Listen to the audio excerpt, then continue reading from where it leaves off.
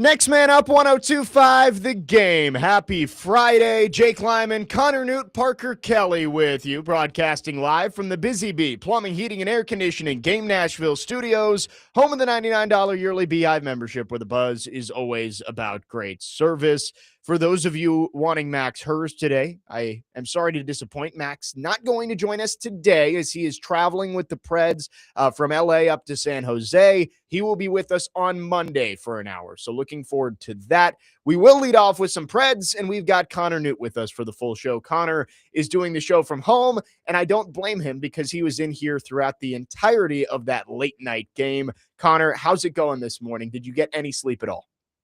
Yeah, I'm right in on about 4 hours. So let's go. I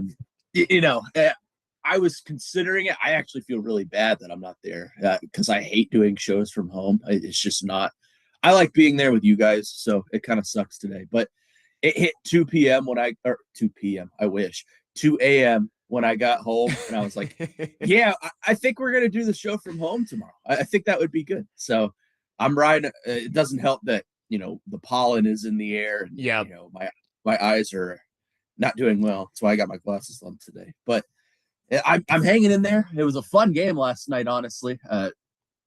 Kind of crazy scenario. They give up a 4-1 lead and then manage to win in a shootout. So crazy stuff. They're tied for a playoff spot, a three-way tie, actually. So crazy stuff going on in the world of hockey. But as far as I'm concerned, today is hopefully a one-off of just me being at home. Well, I will probably go straight to sleep after this show. We are glad to have you, even if it's from home. And again, yeah, you were in here for that crazy game last night. The Predators, the most important thing here, they got the 2 points, right? Like, that's the most important thing. You got the 2 points. Yes, it's not ideal that the Kings were able to get a point. You would have loved to be able to get that full advantage of the 4-point game with LA. But you got the 2 points, and that's important because San Jose is playing great hockey right now. They've won 4 in a row. They won again last night, and now it is a 3-way tie with the Kings and the Sharks. San Jose does have the 1 game in hand, which could be important down the stretch, but it's setting up. Winnipeg was kind of hanging in there. Seattle was hanging in there. It's looking now like it's a 3-team race, San Jose, LA, and Nashville for that final wild card spot. And the Preds are going to have opportunities to control their own destiny. Back-to-back games coming up at San Jose, at LA. They'll play the Sharks at home towards the end of the season. This is going to be a really fun stretch run as the Preds try and sneak into the playoffs. Yeah, I think I speak for all of Nashville that are true fans like myself and think, who doesn't want playoff hockey here in Smashville, even if it is against probably the best team in the entire NHL? Who doesn't want that? And for the Preds, the story has been not being able to finish. Last night is the perfect example. They get up 4-1 and manage to go all the way to a shootout. So it's a matter of, can your defense harken up and, prevent pucks from going into the net? It's not all UC Saros' fault, contrary to a lot of popular belief, because like baseball, I compare a goalie to a pitcher in that a pitcher can't make everything happen all at once. So some of it is on the defense behind him. So the same can be said for a goalie. Some of it is on the defense in front of him. And last night in that third period, it wasn't good. The defense was just allowing pucks to get right by them. And, UC Saros can only do so much. He's a great goalie, but he can only do so much. So that's been kind of the story down the stretch for the Predators is, can they finish games? And I feel like they've been leaving a lot of points on the table in games that they could have won. They went on that 3-game losing streak where it felt like they had a chance to win every single one of those games. Yep. And you leave 6 points on the table. I feel like that's going to be huge down the stretch where we have 7 more games left in the regular season. That's going to be huge down the stretch in terms of who gets that last wild card spot, because you win those games, chances are you're separated by a bigger margin than, being in a 3-way tie for the last wild card spot. I have faith that they can do it. They played well yesterday, despite, giving away the lead. But the offense in that first period especially was clicking. They're playing the right kind of hockey at the right time. It's just a matter of consistency, I think.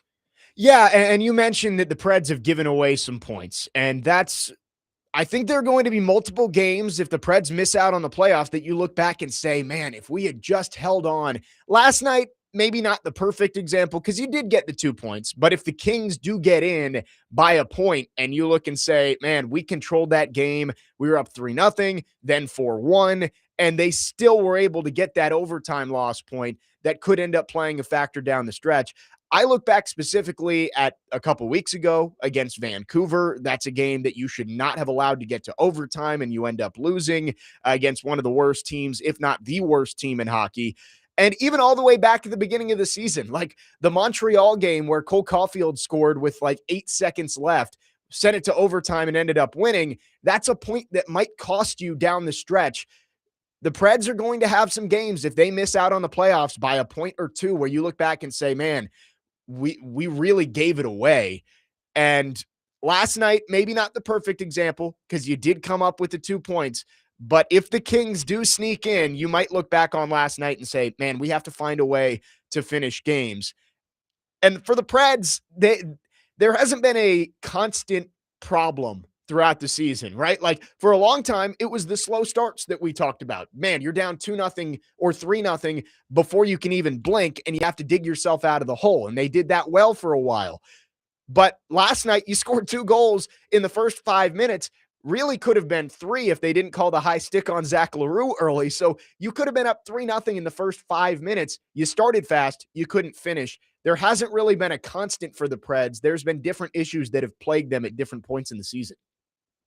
Yeah, it's kind of the reverse of what they've been struggling with, right? It's, you start off slow and then manage a way to claw up, kind of like you said. And last night was the opposite of that. So to say that, I think that they need to find a happy medium of that. And what I mean by that is find some level of consistency to where maybe you're not dominating on all cylinders throughout the entire game, because I don't think the Preds are consistent enough a team to be able to do that. But find a happy medium where you feel that you control the pace of the game and you control what's going in the net and what's on the other side being prevented. It's kind of like basketball, right? You control the pace of the game early, and whoever controls the pace of the game early is probably the team that's going to control most of the game throughout the duration and ultimately probably come out with a win unless things change, especially in March, because basketball's freaking crazy. But hockey's the same way. You don't want to play this slow tempo of hockey. Last night in that early period, what I saw was the opposite of that. The Preds were getting back on defense as quickly as they can. They were getting to the net and attacking. I mean, they scored a goal in 52 seconds of regulation, and then they scored another one about 3 minutes later. So they scored 2 goals in about 4 minutes at the start of that game. That's what I mean by controlling the pace. You control the pace, you get pucks in the net, you could set a standard early and, set the theme of the game. And when I say that, you should probably keep that theme going throughout the game. And I realize things change period to period, but you had a 4-1 lead and then you lost it because you gave up. You didn't give up, but you broke away from what was working, it felt like. And ultimately, you were able to claw your way back up and win in a shootout. But if you would have won that game in regulation, chances are you're probably looking at the standings today and sitting in that last wild card spot. Now you're tied. So, look, that's not a bad thing. That you're in position to make the playoffs if you so choose.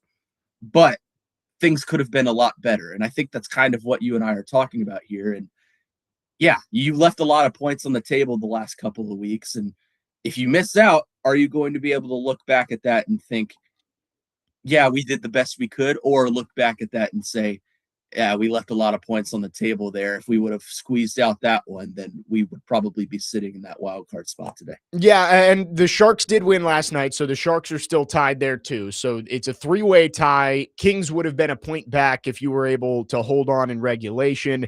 The Sharks are that's the team that I'd be the most worried about if you're the Predators, because they have that game in hand and because Macklin Celebrini is playing absolutely out of his mind right now. He's ridiculous. 40 goals, 65 assists. I heard Robbie say that on the way in. As a 19-year-old, he's got over 105. He's got 105 points in 74 games. He is insane, and the good news for the Preds, history lately has been on their side against the Sharks, but that is a team, a young team that is playing well right now and going to be a huge showdown tomorrow. 615-737-1025 is the phone number, our phone and text line driven by WilsonCountyHyundai.com. Let's go to the phone lines. Adam in Portland is called in. Adam, good morning. Thanks for calling. What you got for us? I think I'm looking at this the opposite way. I do not. I thought all along that we are in trouble. I said that yesterday, that I think we're in trouble. And I think the reason we come out and look so good last night is just circumstantial. They were tired. We were rested. It looked way better than we've looked in a long time. And then you see what happens when we start to wear down a little bit. And I think we have been consistently horrible at closing games out. So that I do believe that's been a consistency we've had. And if we play somebody that's not the Kings, like a super mid team like the Kings, they're going to punish us. Just if we get into a series with the Avalanche, I don't know if we even hang with them, like at any game, like if we even make one close. So, no, I thought last night was kind of fool's gold in the beginning, dude. I hate to say that because I love them and I hope we sneak in, but I just got a bad feeling about it. Yeah, thanks for the call, Adam. And I think it's a good point that the Preds this year have been bad at playing with the lead. They've been good playing from behind, but obviously you don't want to play from behind. So it's kind of a double-edged sword there of when they've fallen behind, they've done a nice job of digging out of those holes, but you don't want to put yourself in the hole to begin with. When they've gotten off to good starts, they haven't been good at maintaining it and playing with the lead. So it's been tough for the Preds, no matter how they start the game, to actually finish them off and get the win. Yeah, you got to find some consistency in your bullpen, I guess. Right, say. right. Across the front lines, I think it's been good, especially on offense. You saw that front line get 2 goals in about 4 minutes. So, well, maybe not specifically the front line, but they set the standard. Yep. So you've got to find a way to get that trickling across your entire roster. I don't know how to do that because I've never been a hockey coach before, but I think you got to find a way to find some consistency. And maybe let's not give up 4-1 leads this late into the season when playoff implications are on the line pretty much every game the rest of the season. If you listen to the broadcast, you'll hear one of Max or Pete say, it's the biggest game of the season every single game. Yes. And they're right, because every single game from here on out, especially those played against teams that you're battling for that last wild card spot, is the biggest game of the season because there's playoff implications there. If you want to make the playoffs, you better win. So they've got to find a way to be able to pull these out and maybe not as, stressful and preferably not at 1:30 a.m. anymore. 100%. Last night was the most important game of the season until tomorrow when the Predators take on the Sharks. We'll talk about that game again. Predators with 7 games to go over the next 2 weeks in the regular season. In a 3-way tie for the final wild card spot, they'll play the Sharks and Kings on the road Saturday and Monday, respectively. 615-737-1025. Starting with Preds Talk today, we will ask later this hour, who is your guy on day 2 of the NFL draft for the Titans? We talk all the time about that number 4 pick. We're going to take a rest from it today. Who is your guy on day 2, whether that's 35, 66, that you're standing on the table for the Titans to draft? We'll do that later this hour. Lots of college basketball talk with the Final Four starting tomorrow up in Indianapolis. We'll get to all of it throughout the show. Jake Lyman, Connor Newt, Parker Kelly with you on your Friday morning. Next man up, 102.5 The Game.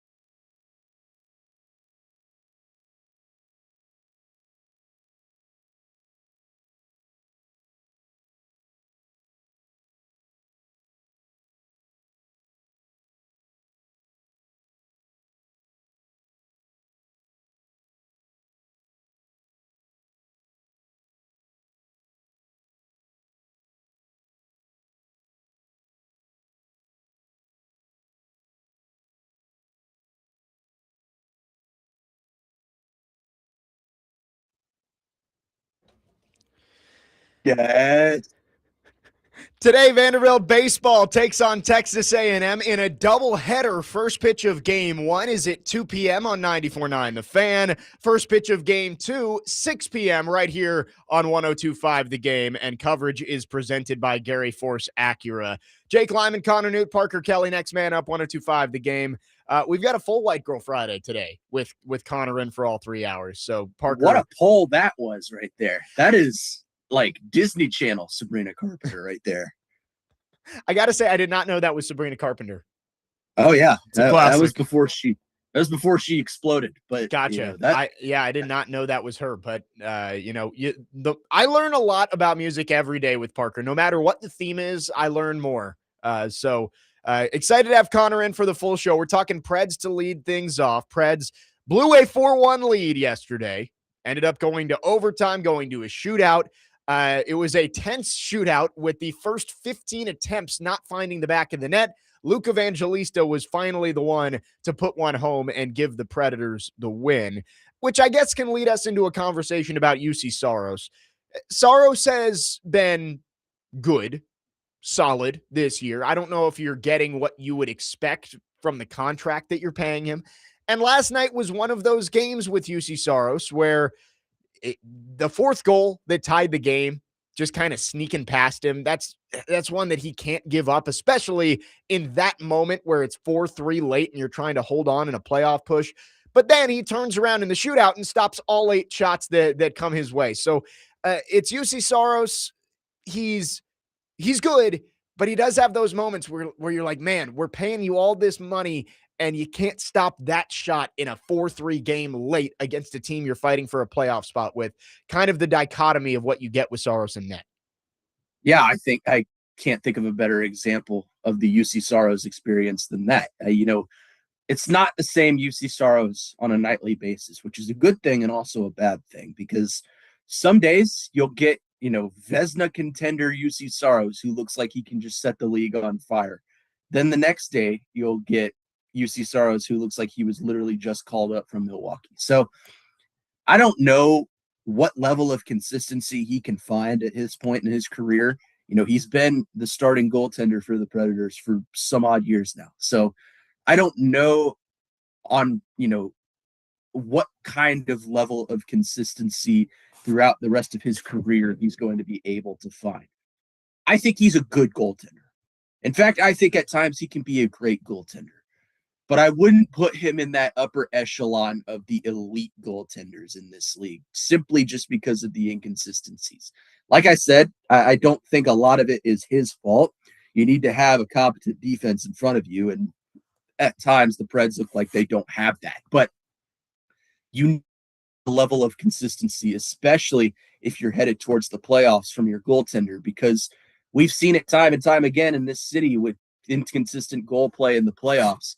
That's what gets you killed. That's how you get eliminated in these games, because you and I both know, Jake, that the NHL playoffs are some of the most unpredictable playoffs across all of professional sports, simply because it's not usually the best team from top to bottom who wins these games. It's the hottest. So in being hot, you need to have consistent goaltender play. And, you thought you had it last night. He looked really good through about 2 periods of play.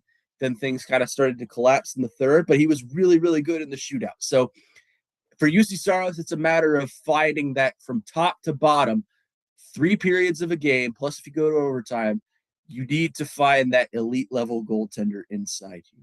I think that's probably the best case scenario for the Preds if they want to make the playoff. No, you're right. And hockey is probably the one sport where like one player can really change the way you look at a team in the playoffs. A hot goalie in the NHL playoffs makes a team dangerous. And UC Saros, we know what he's capable of. He's shown us that he can be one of the best goaltenders in the NHL. It just hasn't been consistent enough as of late.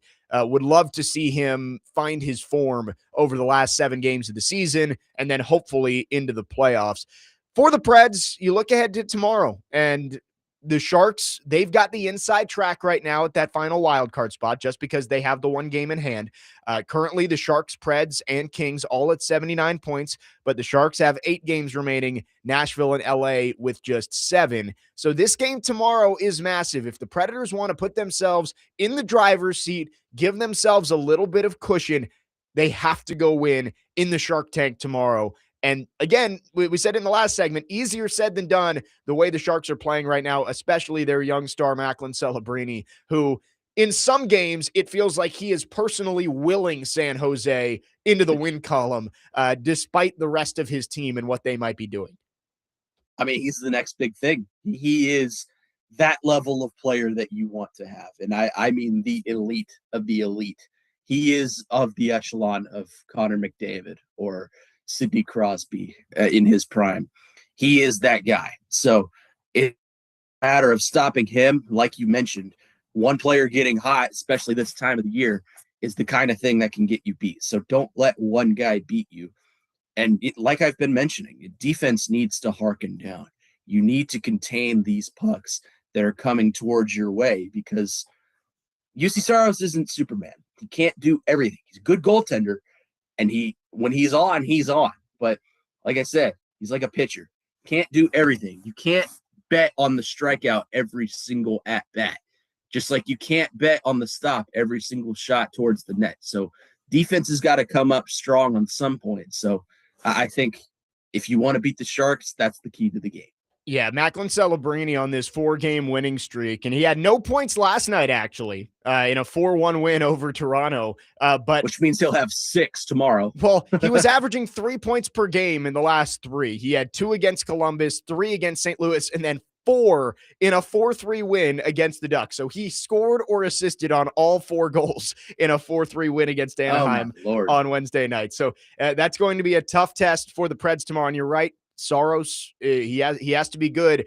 Maybe it's Justus Onanen in net. And Tony and Smyrna on our text line makes a good point that Onanen has been really good when he's been called upon this season. Now, he's only started 20 games, as Tony says here, but he says his save percentage is higher, but the high danger save percentage is 82.6% compared to Saros at 77.8%. So Justus Onanen has been a competent backup goalie for you. Maybe that shows more about UC Saros that you'd like to get more out of the guy you're paying $7.74 million per year. Yeah, Justus has been good. He's been really good since the Olympic break, actually. But I don't take too much stock into that just because there's a lower play volume there. It's kind of like, let's say, I'm going to keep using baseball references because, as you can tell, I have baseball fever right now since basketball's over. It's kind of like if you have a bullpen day in baseball. Yeah, you can look at the numbers and say, this guy that started on the mound today, who's normally a relief guy, is averaging a 2.83 ERA. Yeah. But there's a lower volume of play there. He isn't seeing the mound every single series like your ace is. So there's a lower volume of play there. That's why those numbers are a little bit more inflated. But to Tony's point, I do think Justus has been very, very good since the Olympic break. I wouldn't call upon him to be, to use another baseball term, your ace, because I think UC Saros is still going to give you the best opportunity to go out and win these games. But Justus has been really good when called upon. So let's hope he continues that as they march towards the playoffs, and hopefully they get in the playoffs and you can still see the level of play from him. 7 games to go in the Predators season, and a big one. Most important game of the season. We'll keep saying it tomorrow night against San Jose, another late one on a Saturday night. Speaking of baseball, Connor, our teams play each other today, starting a 3-game set in Detroit. I know. Well, I don't know about you, but I haven't been able to watch because Cardinals TV that they have now, they have the Reds and the Braves. It's blacked out in our area. And I quite honestly don't really want to pay $300 for MLB TV. So I will wait till Sunday when we're on national TV to watch my first Cardinals game of the season. Yeah, Sunday Night Baseball, Justin Verlander's first start back in Detroit. So that'll be fun. Today it's Framber Valdez on the mound. Tigers need a win, having lost 4 in a row. So excited for that opening day in Detroit. Kevin McGonigal leading off the future. 615-737-1025 is the phone number. We'll get into more Preds throughout the show, but coming up next, let's talk Titans. The draft is less than 3 weeks away. And in fact, 3 weeks from today is night 2 of the draft. And we have talked ad nauseum about whether it's Love or one of the pass rushers at number 4. Let's talk day 2. I think everybody who follows the NFL has a guy that they circle for day 2. And it's like, all right, we're going to make our first round pick, but I will stand on the table for this guy with our second round pick. I'm going to give mine. I want you guys to give yours. And anybody out there, if you have a guy that you are going to stake your claim to on day 2 of the draft, we will do that coming up next. 615-737-1025. Jake Lyman, Connor Newt, Parker Kelly, next man up. 1025 The Game.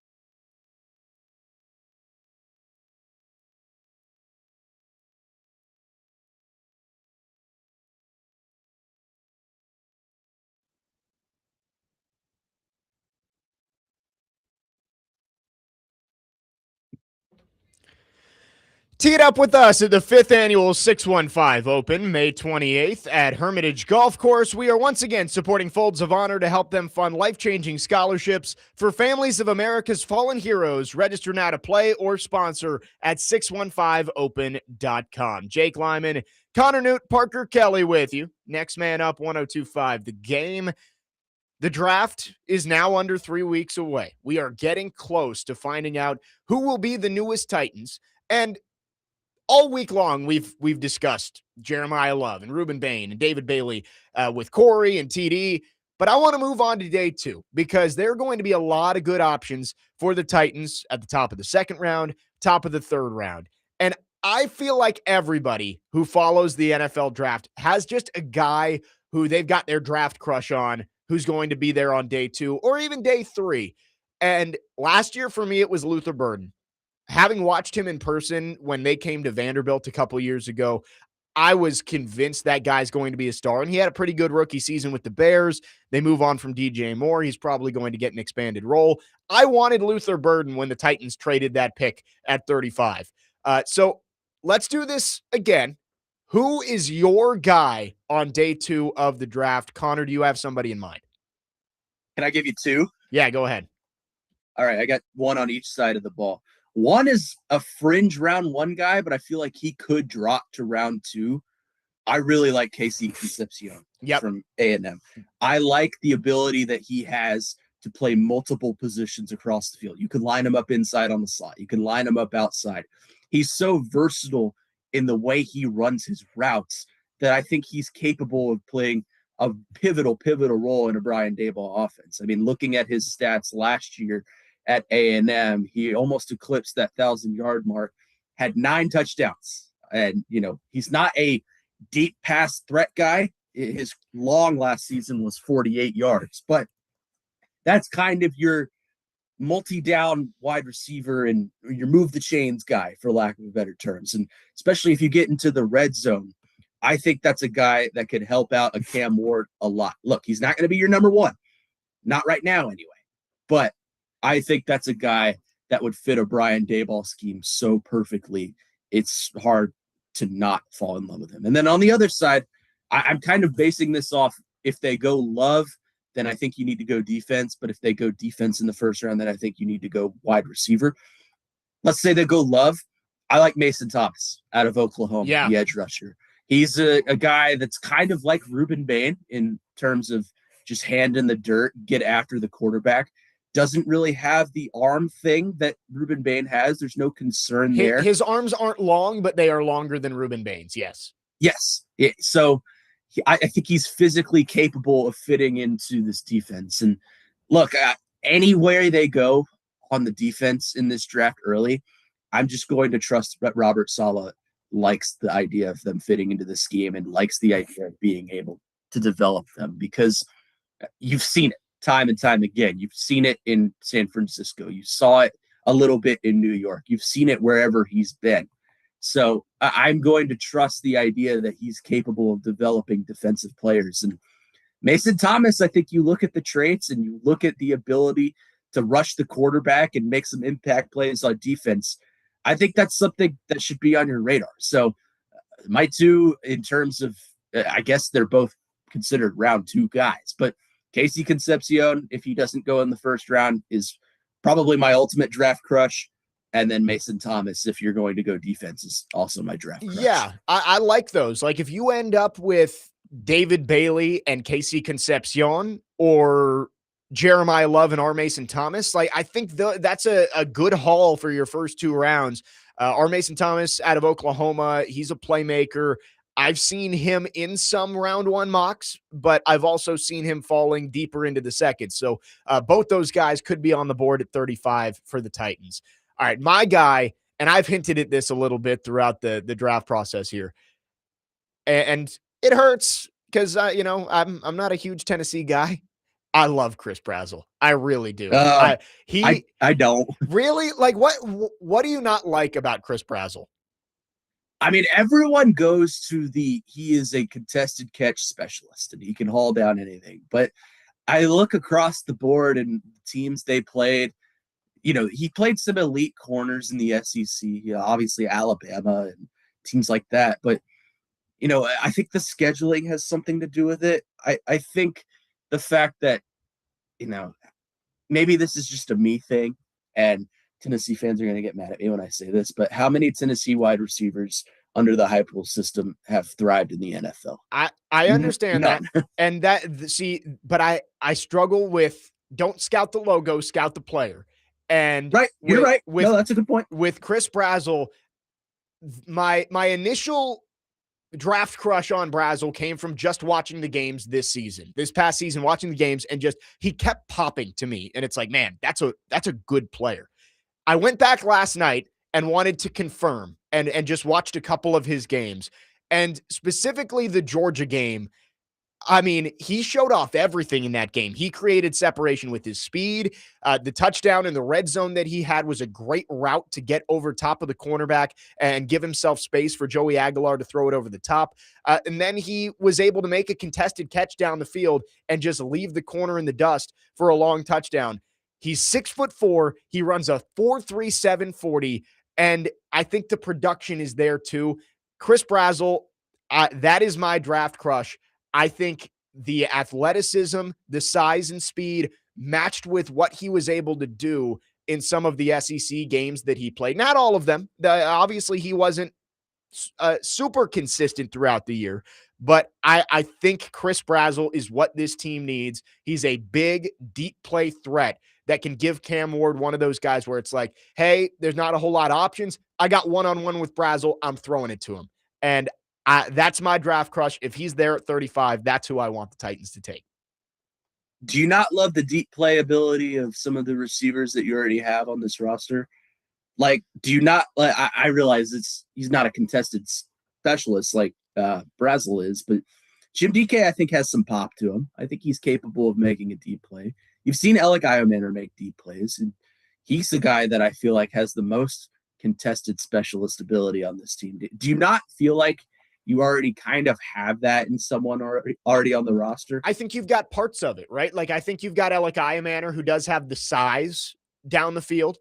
I think you've got Jim DK, who's got the speed. I want to combine it and give Chris Brazzell like 6'5" and runs a 4.37 40. I know that size and speed does not guarantee you're going to be a good football player, but having watched him play, seeing the way he's able to make plays on those 50-50 balls, and he may not be the best yak guy who's going to make guys miss in the open field, but he has done that. Like there is examples of him being able to make guys miss. That. Like it's not like he's AJ Brown in that way, but he can do it. So I really like Brazzell at 35. And I know there are some people out there who don't like him. I think a lot of that is just, well, Tennessee receivers under Heupel haven't worked in the past. I'm looking at him as the player and not the Tennessee wide receiver. I think he'd be a great pick. So I think he gets compared to Jalen Hyatt a lot. I think he's more complete of a route runner than Jalen Hyatt is because Jalen Hyatt was a one-trick pony. He was a straight line speed guy with running the vertical and couldn't really do anything out-breaking, in-breaking. Chris Brazzell can do that, and I'm a Tennessee fan. I'm not as high on him, maybe taking him in the second round.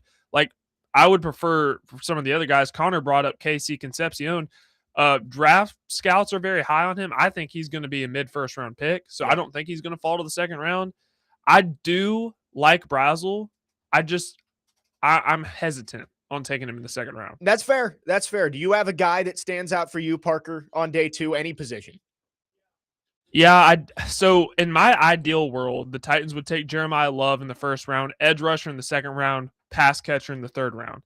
I really like Cassius Howell out of Texas A&M, and I like you were going there. Gabe Yakis from Illinois. Yeah, those are, and Zion Young. I have a cluster of edge rushers that I really like in that second round range. In the third, I do like Chris Brazzell, but I'm with TD. I'm a big Jeremy Bernard fan. Yeah, I know.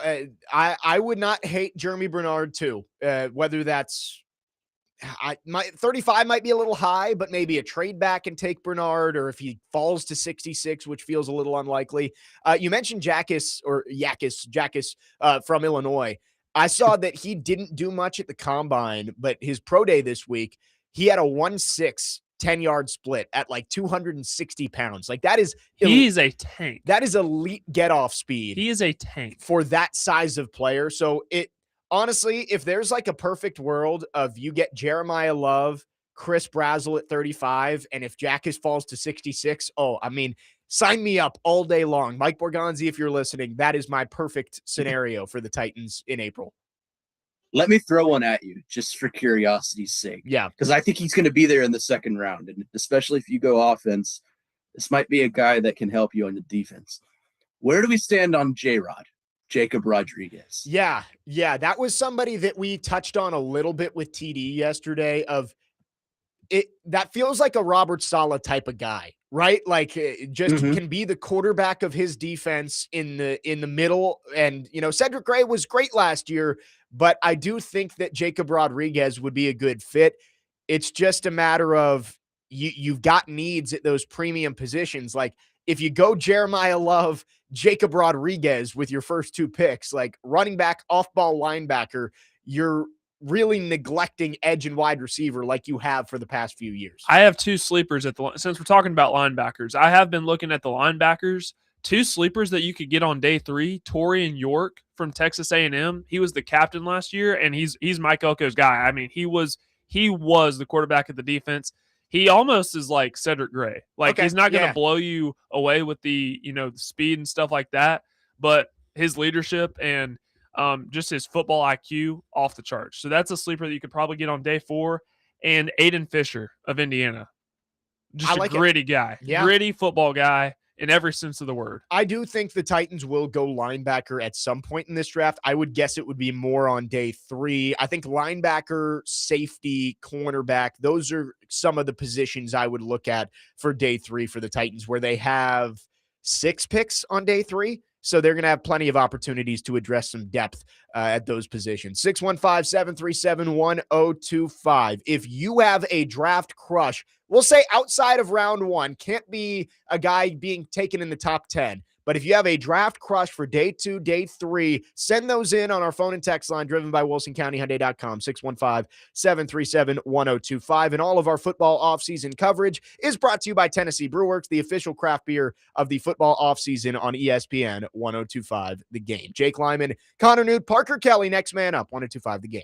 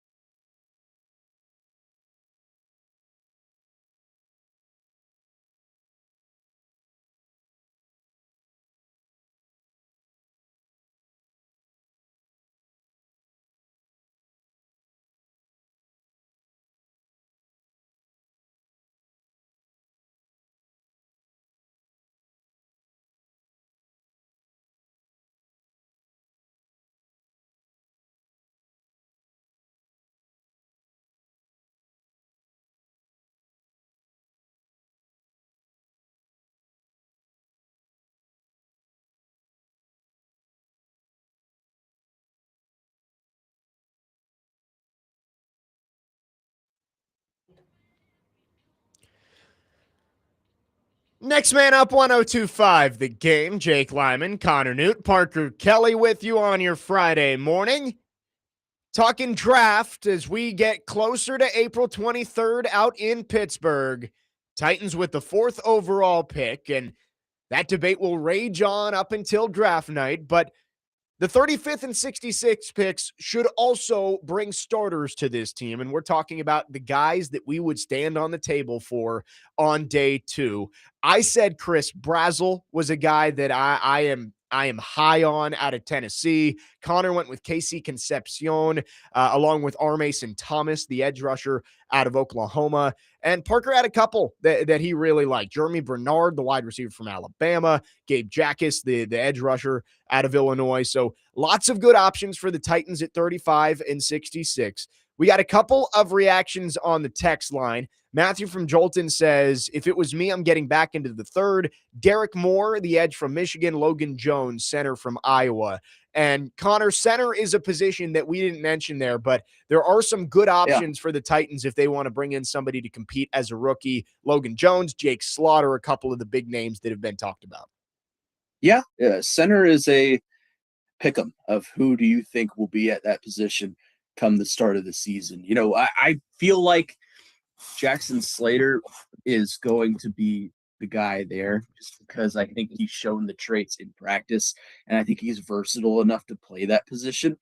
But you're right. If you want to go outsource and bring someone in to compete as a rookie, maybe a 3rd or a 4th guy, 3rd or 4th round guy would probably be the answer there. Like you've been talking about, Jake, I think there are more premium positions on day 2 that need to be addressed more than center, like edge or wide receiver or maybe an interior linebacker. But center is still an important position. In fact, I would probably argue it's the 2nd most important position on the offensive line. So, yes, you need that position filled. Again, I would like Jackson Slater to fill that role just because I think he's capable of doing so. But if the Titans want to go outsource themselves and bring someone in to compete and maybe develop under the wing if they don't get that job into potentially a better center than what you already have rostered, then I think the 3rd or the 4th round might be the answer there. Yeah, and we heard Mike Borgonzi and Robert Saleh both mention the draft as options to shore up the interior of that offensive line. That is the big question mark when you look at this Titans team. I think if you look around the roster, you can see starting options in a lot of spots, but center and right guard are the 2 positions where it's a little bit shaky. I would not hate if you brought back a Jake Slaughter or a Logan Jones from the draft who can compete with Austin Sloatman for center, and then that leaves Jake Sloatman. I forgot about Sloatman. Yes, yeah. And then you've got Volson and Slater at right guard competing. Like, at the very least, that would make me feel better about the talent level in that room. 1137 says, as long as there is not another Isaiah Wilson or trading up for a player like Will Levis, I'll be happy with whomever the Titans draft. Can't get much worse than the past 2 seasons. We've been saying that for a while there, so I don't know. Be careful. It might be able to get worse. With Isaiah Wilson, you look back and say that the character concerns may not have been as apparent because of it being the COVID draft. Robert Saleh was very clear at the owners' meetings earlier this week saying that character concerns are a huge thing in the evaluation process. You want to make sure that you're getting good people, good fits into this locker room. Matt from Jolton also following up on Derek Moore, a 90 PFF grade and 11 sacks. Moore's a good option in round 3, too. I mean, that is a strong pass rusher off the edge that I think would be a fit in Robert Saleh's defense. So that's a good one from Matthew. PFF means nothing to me, to be honest. Yeah, I mean, I'm not a big PFF guy. Like, there are times that it matches the eye test. There are times that it doesn't. I do remember Derek Moore just dummying a tackle at the Senior Bowl. And, that's something that does stick on the minds of evaluators, too. At times. So I think that could be an option in round 3. In the YouTube chat, Vandy Dandy asked, where will Pavia get drafted? I heard TD talking with Robbie and Rexroad this morning saying how funny would it be if they drafted Pavia and didn't trade Levis. So you had Will Levis, Hendon Hooker, and Diego Pavia, probably the 3 most loved quarterbacks over the last 5 years for their respective institutions, all in the same room, and none of them competing to be the starter. That's almost as interesting a quarterback room as Fernando Mendoza and Kirk Cousins. Great clips in Vegas is going to be popping. I'll tell you that much. Yeah, I mean, how funny would that be? Pavia, Levis, and Hooker all in the same room, none of them even remotely close to being the starting quarterback. Yeah, I mean, it's a matter of what round of the UFL draft will Diego Pavia be drafted in. No, I think he's a draft pick. I think he has absolutely tanked his stock just because of his attitude and the way he kind of handled things at the Senior Bowl. And he also looks like Cody Rhodes now. I saw, yes, he did bleach his hair. So I think you talk about character issues and how they emerge on the evaluation. I think he would be the ultimate distraction if you were to bring him in. And what's the one thing you don't want your backup quarterback to be? A distraction. So I don't speak for every single team. I'm with you. I feel like someone will draft him, but it won't be until day 3. Yes. I think it's a very I don't think he has the talent to compete in the NFL at quarterback. And B, I just think it's the character concerns for me. And I realize Vanderbilt fans are probably going to come after me for all that, but it's the character concerns. And, he's not a franchise guy. So I just clipped everything you said, and I'm sending it to Vandy's athletic department. Please pass this along to Diego Pavia. Billboard material right here. That's fine. I'll be on the in case you missed it, ranting about Diego Pavia. I mean, I think Pavia, you're right. He is at best a day 3 pick. I would say optimistically he could be a 6th round pick, but I would guess somebody in the 7th round. The talent is there, and I think the winning is what I think a lot of teams might want to go get. It's like, hey, this guy, yeah, he's not very big, maybe doesn't have the arm talent that you typically look for in an NFL quarterback, but he's been a winner. And I think teams might take a chance on that in the 7th round when it's like, why not at that point? A lot of these guys are battling to just sneak onto the roster anyway. And he's got camp cut written all over him to me. That's what it is. But Pavia, I mean, he didn't really improve as a thrower this past season. Like 2 years ago, his first year at Vanderbilt, he was a runner who could throw the football if you needed him to. Like he made some big time throws his first year, but his threat was more with his legs. I would argue that this past year, he was a really good passer too, along with being a threat as a runner. So maybe that improvement is enough for a team to take a chance on him in the 6th round. I would probably guess 7th round for Diego Pavia. 615-737-1025 is our phone number. You can text or call. We'll talk more Titans later in the show, but let's talk some college basketball coming up next. Not only is the Final Four starting tomorrow, but portal season is just around the corner. If it hasn't already started, Tennessee bringing in a grad transfer from Belmont. We'll get into that. What will Tennessee do in the portal? What will Vanderbilt do in the portal? And when you look at their rivalry, what matters most between the Vols and Vanderbilt? We'll get into all of that in hour number 2 on this Friday. Next Man Up, 102.5 The Game.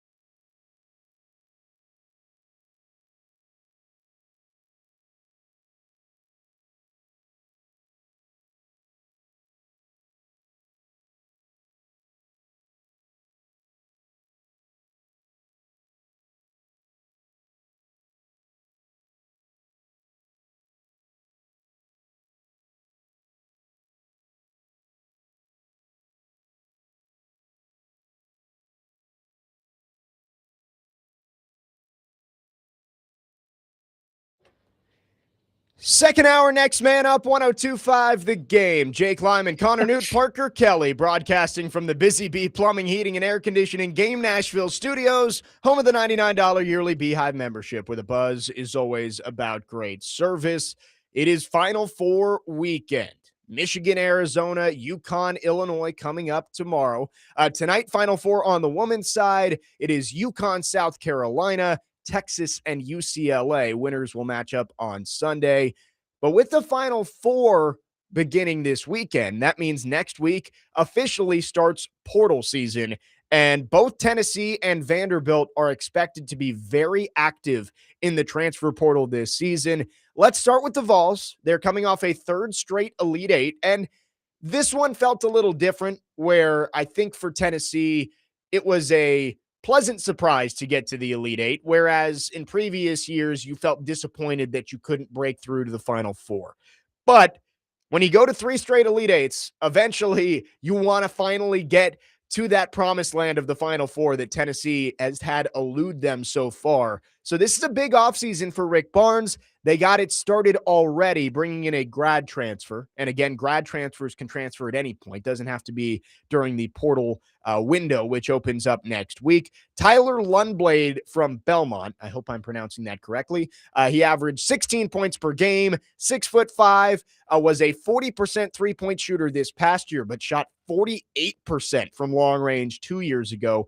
So it's a good start for Tennessee, but they're going to have to make a lot of moves in the portal to try and build up and be a national contender next year. Yeah, you're trying to find shot makers, and you're losing a lot of the talent you had in that area, probably either to graduation or the draft. Ament is gone. He's probably going to go to the NBA.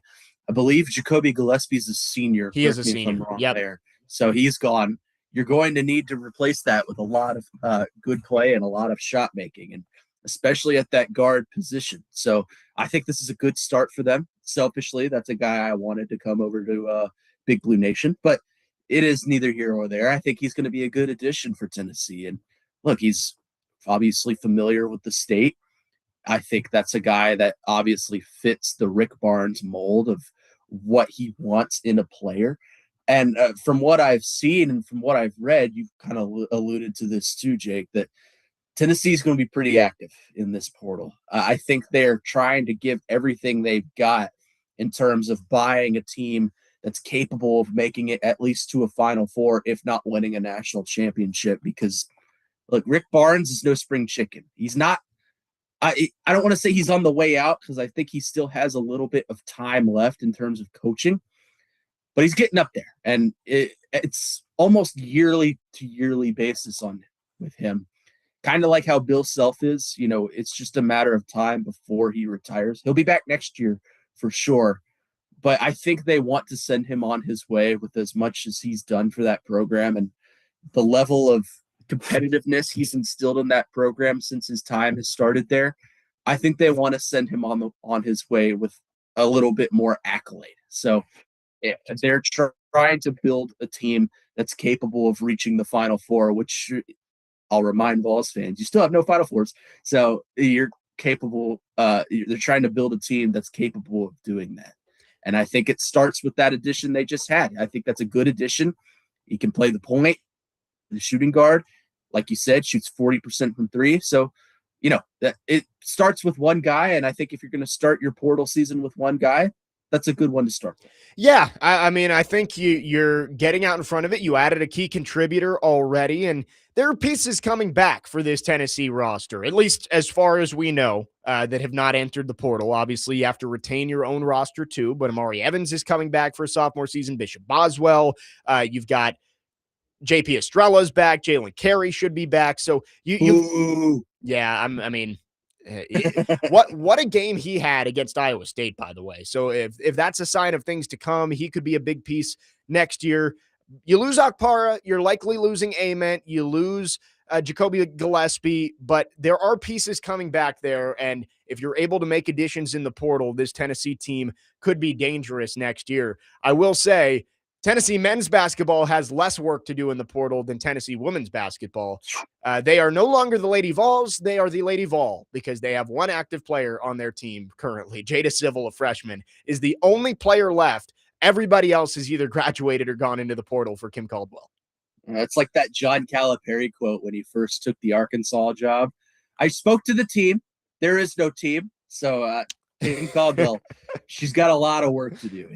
And honestly, are you surprised? Are you surprised with how things went this season that folks didn't just hit the portal? I would. I wouldn't want to play for that. Are the Lady Vols going to field a team next year? I mean, like, can we start having the conversation? They're going to, but you wonder, like, it's probably going to be a lot of mid-major additions in the portal. Yeah. Like, you'll probably get a couple of Power 4 additions that were looking for a bigger role, than they were getting somewhere else. But, man, that, like, one player and losing, I thought that Kim Caldwell deserved another year because you had those 5 talented freshmen, and maybe things didn't gel this year, but they would get another year in the system and you could build things up. But 4 of them have transferred, including the Paldo twins. They're gone. I wouldn't be shocked if they go to Rutgers and back to New Jersey with Gary Reedus, who's the new head coach there, leaving from LSU. And speaking of LSU, probably Kim Caldwell's best recruiter, Gabe Lazo, just went and took Gary Reedus' job at LSU. He was the main recruiter on Olivia Edwards, who's the 5-star coming in to Tennessee this year. So Kim Caldwell, it's not looking good right now. She's going to have the opportunity to recruit the portal and bring in some more players that she feels like can fit her culture and her system. But obviously, this is not ideal. One player left on the roster, and there's no guarantees that Jada Civil doesn't hit the portal soon, too. It's a failure on both ends, in my opinion. That team quit. They gave up. They gave up on each other. They gave up on Kim Caldwell. But Kim Caldwell also threw them under the bus. And I get she was trying to hold them accountable, but you don't out your team to the media the way that she did. Yep. You don't say, my team doesn't care and my team quits. Because guess what they're going to do? They're going to show you that they don't care. They phoned the rest of that season in, just trying to get to the portal. And truth be told, I don't think they should have made the tournament in the first place. But, they proved me right by getting shellacked by NC State in the first round. So it's not a good situation for the Lady Vols of Knoxville. Jake, what I'm confused about is Kim Caldwell went to Danny White after the season and said that one of her assistant coaches turned the team against her. Well, they fired another coach. I did see that the other day. But my question is, if you know that, why did you let that assistant do that? Why didn't you? Shouldn't he be fired for that? Well, they've moved on. One of the coaches left for LSU and they fired another coach. So Kim Caldwell clearly trying to clean things out and see if she can get a fresh start this year. But she gets the benefit of the doubt. She was looking for a scapegoat, and with a second-year coach, you're probably going to get that. Now it's prove it year. And I think you're going to learn a lot about Kim Caldwell this upcoming year. I think you're going to learn a lot about what kind of a brand Tennessee women's basketball is in the portal. So a lot of fun questions heading into portal season for them. Yes. Tennessee men's basketball in a much better spot than the Lady Vols, which is not something that you've been able to say a ton throughout history. So Rick Barnes with an interesting offseason, and Kim Caldwell likely going to be on the hot seat heading into year 3. 615-737-1025 is the phone number. Let's go to our phone lines, driven by WilsonCountyHyundai.com. Dr. Locke is called in. Dr. Locke, good morning. Thanks for calling. What's up, fellas? So you don't think there's any chance of Keem Messidor's there in the early second? He seems, based on the projections, and of course you never know what happens in the draft, it looks like he is a mid to late first round pick. Yeah, you guys have gone down a lot more mock drafts. I haven't really even started looking at mock drafts. I don't look at mock drafts till Monday night as soon as the championship goes out. And on that note, who do you got? You got let's run this stuff. You got UConn, Illinois. Who we got there? I'm going with UConn. I just think that the experience factor there and Dan Hurley, I'm taking the Huskies there, but I think it's going to be a good game. I am too. Man, he's hating on the Big Ten, Dr. Locke. Get him. Oh man, I know. The Illinois head coach is he's a real deal. So I'm gonna go Illinois there in a real close one. That's a coin toss game. In a game that's this is a load the wagons and enjoy the payout. Who do you got? Michigan, Arizona. Michigan, Arizona. I'm taking Arizona. This is an interesting one for you, Dr. Locke, though. Does your Ohio State fandom or your Big Ten fandom run deeper? You know what runs deeper than both of that? My wallet. I am going to push all in on Michigan. That is if you normally a $20-$40 better, that's a $100 bet. You know, I normally bet 100, 200. That's probably a $300, $400, $500 bet. That's Michigan minus 1.5, and they're up by 10 at halftime. The 6'7" guard, he's a lottery pick, and they're so big. I mean, Arizona's big, but Michigan's just bigger and more connected. I got Michigan winning that by 10 points. I think we're going to get two really good games tomorrow night. Like nothing would shock me. No matchup in the national championship would surprise me, but I am going Arizona, UConn. I've had Arizona as the national championship since the beginning, so as the national champion, so I'm going with it. Thanks for the call, Dr. Locke. Should be some fun games. You got it. 615-737-1025 is the phone number if you'd like to chime in. On the other side, let's talk Vanderbilt. Going to be another busy offseason for Mark Byington. It starts with one domino, and that's Tyler Tanner. Will he come back? Will he go to the draft? But either way, going to be a busy portal season for the Commodores. 615-737-1025. Jake Lyman, Connor Newt, Parker Kelly. Next man up, 1025 The Game.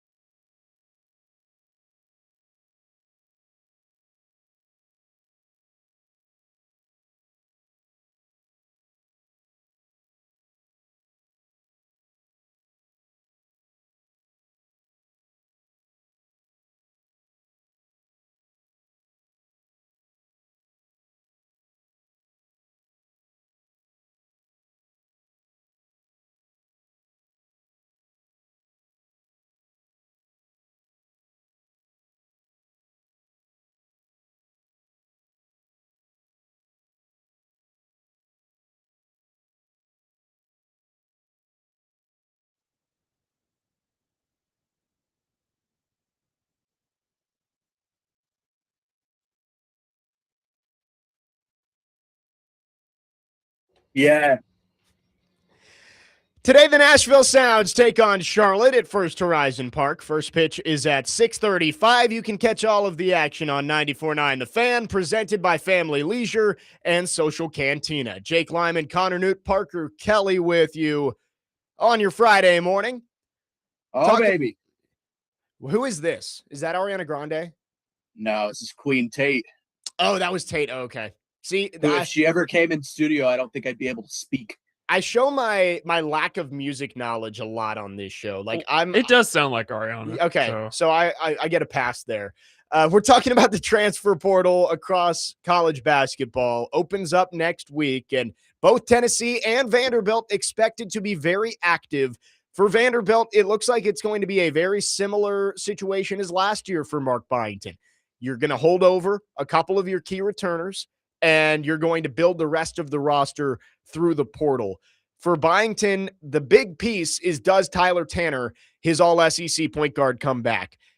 I would guess yes, but it's all going to depend on what the NBA thinks of Tyler Tanner. He is a little bit small. I think he could use another year coming back, but that is going to be the focal point for Vanderbilt this offseason. No matter what they add in the portal, can they keep Tyler Tanner on West End? I think it's going to be an Otega-Oweh situation. What I mean by that is last year, the whole narrative surrounding him was, will he come back to Kentucky? And ultimately he did.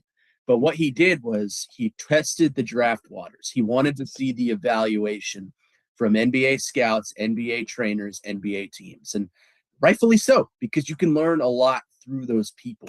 I do think the size is a bit of a concern in terms of the NBA, but he fits Vanderbilt so perfectly. And it's worth noting that the other day, I think it was a fake John Rothstein I was about account. to say it got me. Yeah, it got me too. too. It was not John Rothstein, who has gotten me many times before, but they said he was transferring, and he commented the baseball cap. Yeah, cap. So it's obvious that if he is going to hit the portal, I don't think he will. I think he's going to test the draft waters and see what the NBA says. But I'm with you, Jake. I would probably expect him to be back in the black and gold next year. Yeah, I think it's either draft or Vandy for Tyler Tanner. Vanderbilt has shown that they're willing to pony up the money to keep their star players. I don't doubt that Tyler Tanner, if he's playing at the college level, it's going to be at Vanderbilt, would be my guess. But Vandy going to have to go out and replace a lot in the portal. You're losing Tyler Nickel. You're losing Devin McLaughlin. You're losing Duke Miles. You are going to bring back, at least you think, Chandler Bing, who showed that he can be a key piece off the bench. Jaden Leverett was a solid reserve player for this team in his freshman year. So you're bringing back some key pieces, but going to have to go out and add. There's one player that I saw entered the portal that I think would be a great fit for both Vanderbilt and for Tennessee. I don't know if I can pronounce his first name, but Cyril. Santos Cyril from Georgia. Santos Cyril. He is a ridiculous athlete. I remember watching that Vandy Georgia game and just being like, that guy is a world-class athlete playing basketball. He's a rim protector. I believe he led the country in dunks last year. I would love to see Vanderbilt add that guy to be a lob threat with Tyler Tanner this upcoming season. I think that would be a great fit. Yeah, he was originally committed to Kentucky before Cal O'Hare left, and then went over to Georgia. He's a good player in terms of defense and, scoring from the low post, which is, I think, what Vandy needs. They need bigs, is what they definitely need from the portal. I think you saw this season, there were times where they struggled to score inside the paint simply because they didn't have the size. So right, they need size. They need post presence, and they need defense. And I think he fills all three of those roles. He can't be the only one that they go get at that position, just because you need multiple to be able to compete in the SEC, especially in the paint, because as we know, it's a physical league. But I do like that prospect for them. He's a good player. He runs his mouth a little bit, but yeah, that's okay. I don't think Mark Byington would allow that as much as Mike White does. So Santos Cyril, I think, is how you would pronounce that name. Yeah. I think he'd be a good addition. I think it's going to be a busy portal season. Every year, more guys are going to go test the portal waters and just see what they can get in NIL. I think Vandy and Tennessee are both going to be willing to spend big as you look to capitalize. Again, Tennessee, 3 straight Elite Eights. They've been close, but just haven't been able to break through, trying to change that this upcoming year. And for Vanderbilt, you've seen the growth of the program from 9 wins in Stackhouse's last season to just getting into the tournament last year to being a 5 seed this season and being 1 shot away from a Sweet 16. I think a good portal class, along with the return of Tyler Tanner, could end up pushing Vanderbilt into a possible 3 seed next year where you're competing to get to the Elite Eight in the Final Four. So going to be fun. The portal opens up. And again, it's just one portal window this year. They've changed basketball just like they did football. So going to see a flurry of moves coming up over the next couple of weeks. 615-737-1025 is the phone number. There's been a lot of debate between Vanderbilt and Tennessee fans, specifically this week after Vanderbilt baseball swept Tennessee here in Nashville.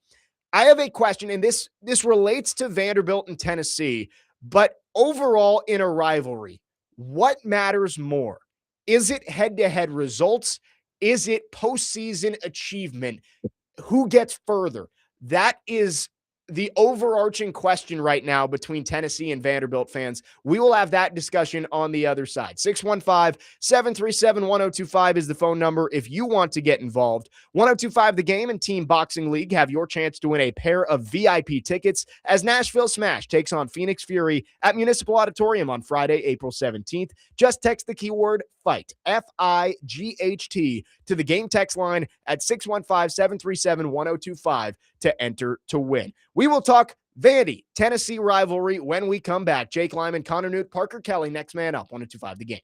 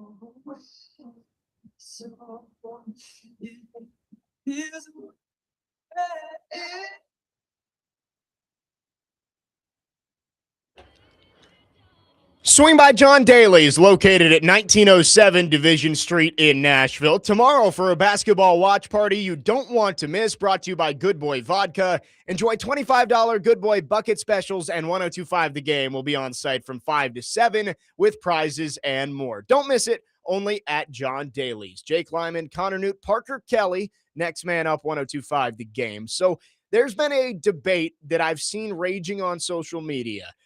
Vanderbilt and Tennessee, the rivalry has flipped a little bit in the last couple of years when it comes to head-to-head results since the beginning of calendar year 2025. So January 1st of last year, Vanderbilt is 13-3 against Tennessee in head-to-head matchups in the four major sports.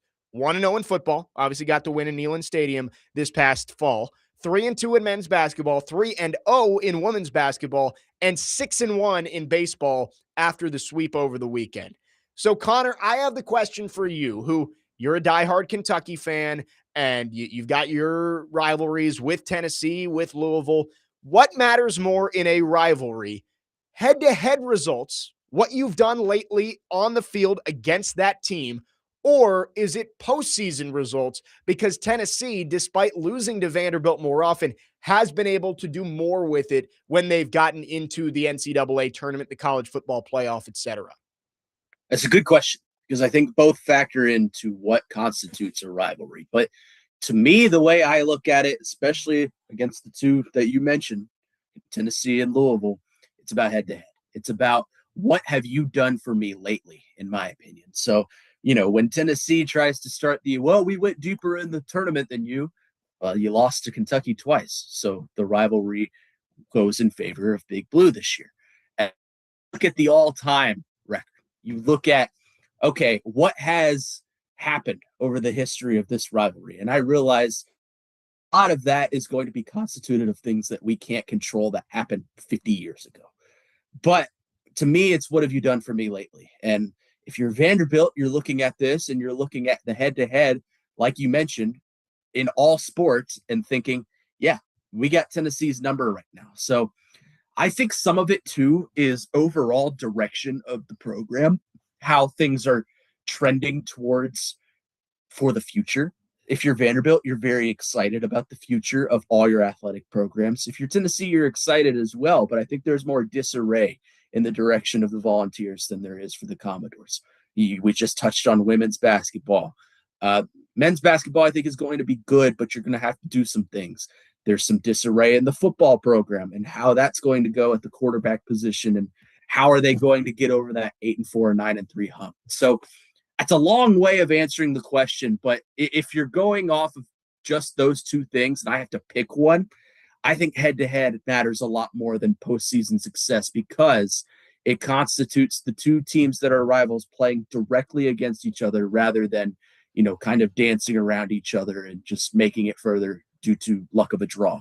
Well, right. And it's always going to be what fits your narrative, right? Like that's always what it is with a fan base. For Vanderbilt right now, you're bragging to your Tennessee friends and saying, man, you can't beat us right now. In terms of like season series, Vanderbilt has dominated over the past 2 seasons. And you're right, like the ascension of Vanderbilt athletics has to make Vandy fans feel good about what the future could hold with the trajectory that they're on. But Tennessee fans will argue back, all right, well, you've beaten us, but what has it resulted in? Over the past 3 years, the Vols have gone to a college football playoff. They've been to 3 Elite Eights. They did go to the Sweet 16 in women's basketball 2 years ago, and they won the national championship in baseball a couple seasons ago. For Vanderbilt, in the postseason, things have not exactly gone the way you'd hoped it would.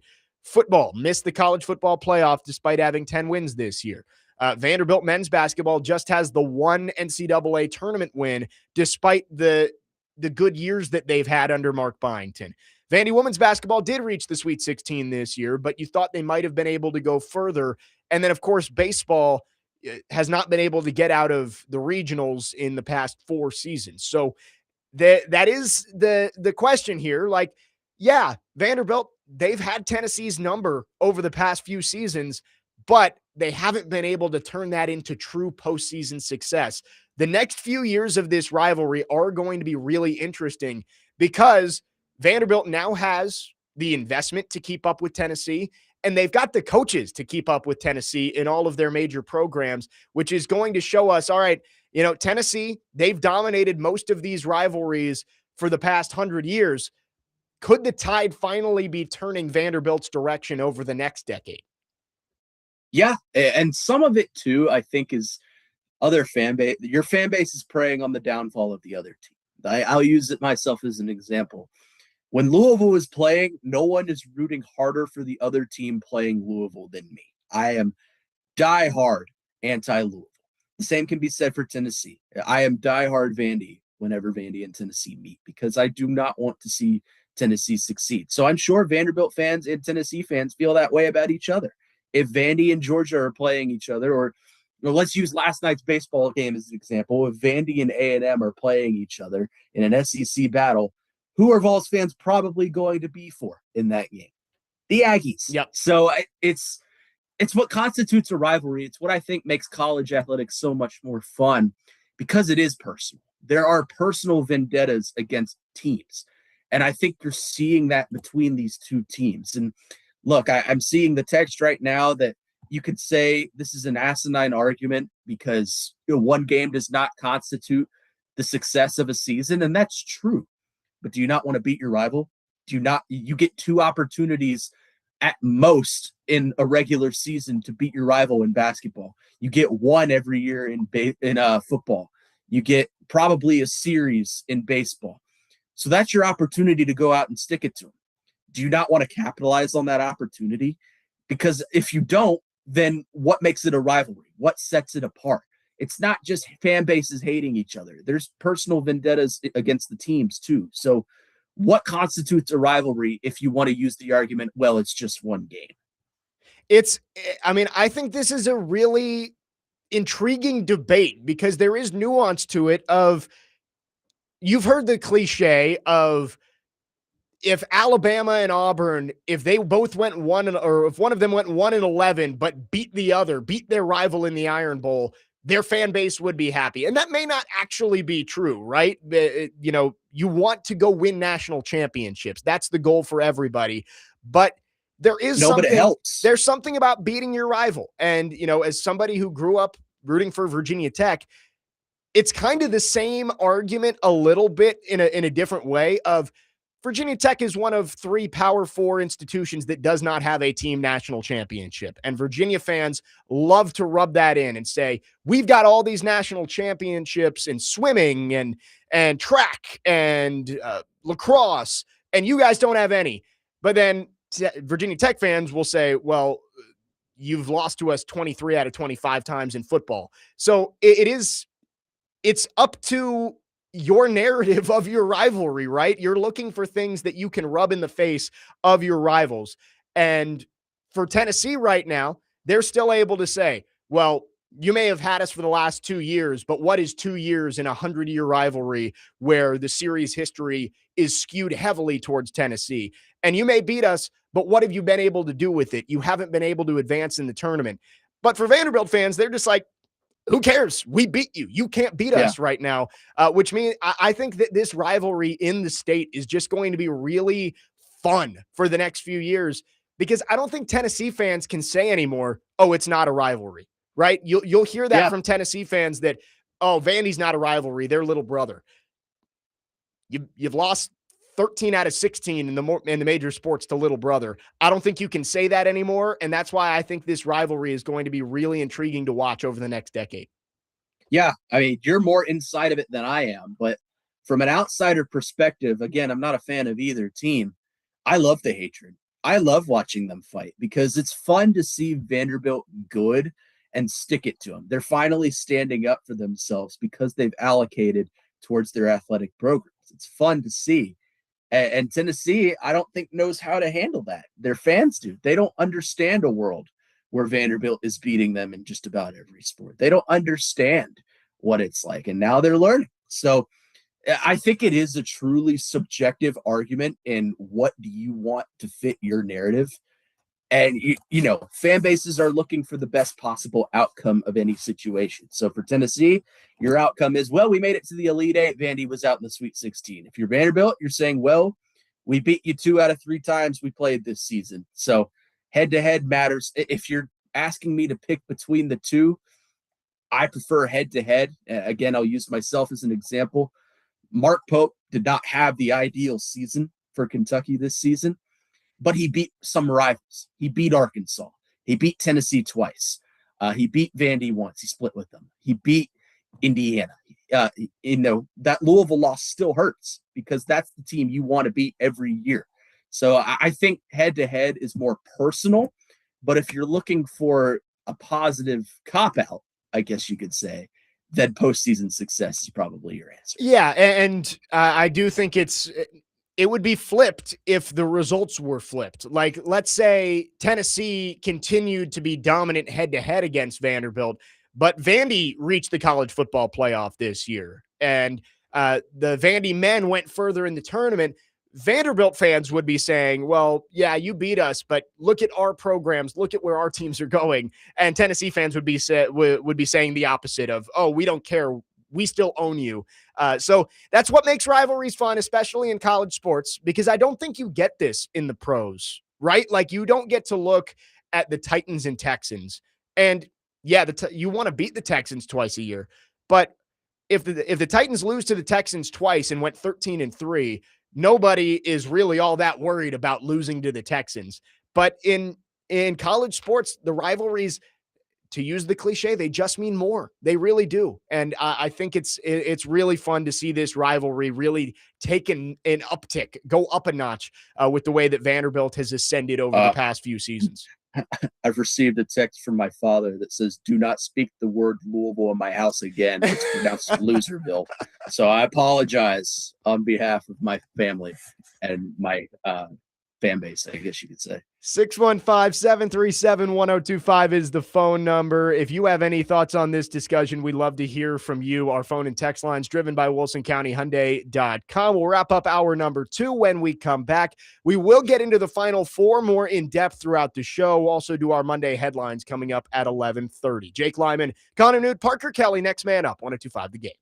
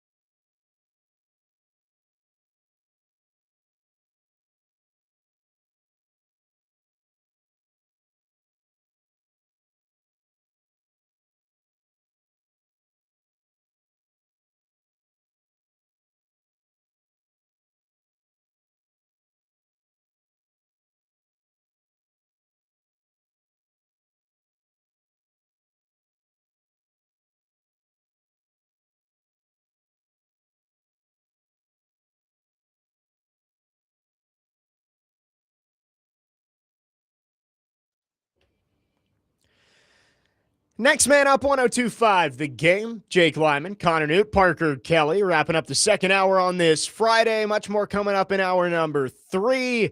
We were having the discussion before the break about what is most important in a rivalry, because with Vandy and Tennessee right now, Vandy is winning all the head-to-head matchups, but Tennessee has done more with it. They've been able to advance further in the postseason over the past few years. And it's what makes college rivalries great. Fan bases are going to look for something that they can rub in their rivals' face the entire time. Whether you've lost 10 in a row head-to-head or if you've never won a national championship, there's always something that you can go back at your rival with. And Matthew in Nashville on the text line makes a good point. He says Steelers-Ravens is the only NFL rivalry that just means more. Bears-Packers? Bears-Packers will be up there. Bears-Packers. And I said that in the NFL, it doesn't mean as much. There are plenty in the NFL Cowboys-Eagles. that mean a lot. Yeah, Cowboys-Commanders now. In the MLB, like Red Sox-Yankees would be one that you could put into that category. But I would argue, on the whole, college rivalries are much more passionate, much more they get after each other much more than you do with the pro sports. Yeah, I mean, in college, every single team has one team that they have to beat no matter what, because it helps the pride of their fame. For you, it's Virginia. For me, it's Louisville. For Parker, it's probably Alabama. But for Vanderbilt, it's Tennessee. And, I think for Tennessee, it's quickly becoming Vanderbilt because the tide in this rivalry is changing a little bit. So, again, I think the question comes down to, what do you believe constitutes a rivalry? And obviously, for some people, you think the season doesn't come down to one game against a team, which is true. But again, what do you define as a rivalry? A rivalry isn't a season, and a rivalry doesn't dictate the entire outcome of your season, as we're learning. But a rivalry, to me, is one opportunity to stick it to the team that you hate most. And that's important to me. And that's probably important to both of you. So, again, it's going to be, your answer is going to be subjective to how your season went. For Vanderbilt, it's we beat you 2 out of 3 times.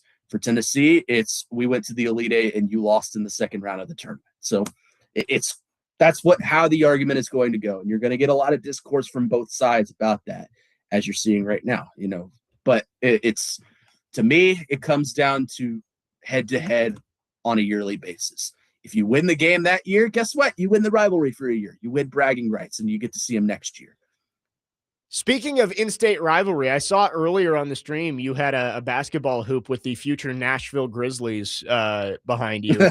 Did you see all the LeBron James comments? They're talking about it on First Take right now. Yeah, I mean, I'm having a hard time getting involved in that argument simply because I don't necessarily care about the NBA that much anymore. But logistically, I'm trying to think, where would they even put that? It would probably share Bridgestone with the Preds. Can you do that though, with all the concerts and all the award shows that you host there? It would be a scheduling nightmare, and you probably couldn't do the SEC men's basketball tournament here anymore. So I wouldn't want it. I would rather have Major League Baseball here than the NBA. I would agree with that. But I do think it was funny the way LeBron James put it, and we cannot play the clip because it is not safe for work.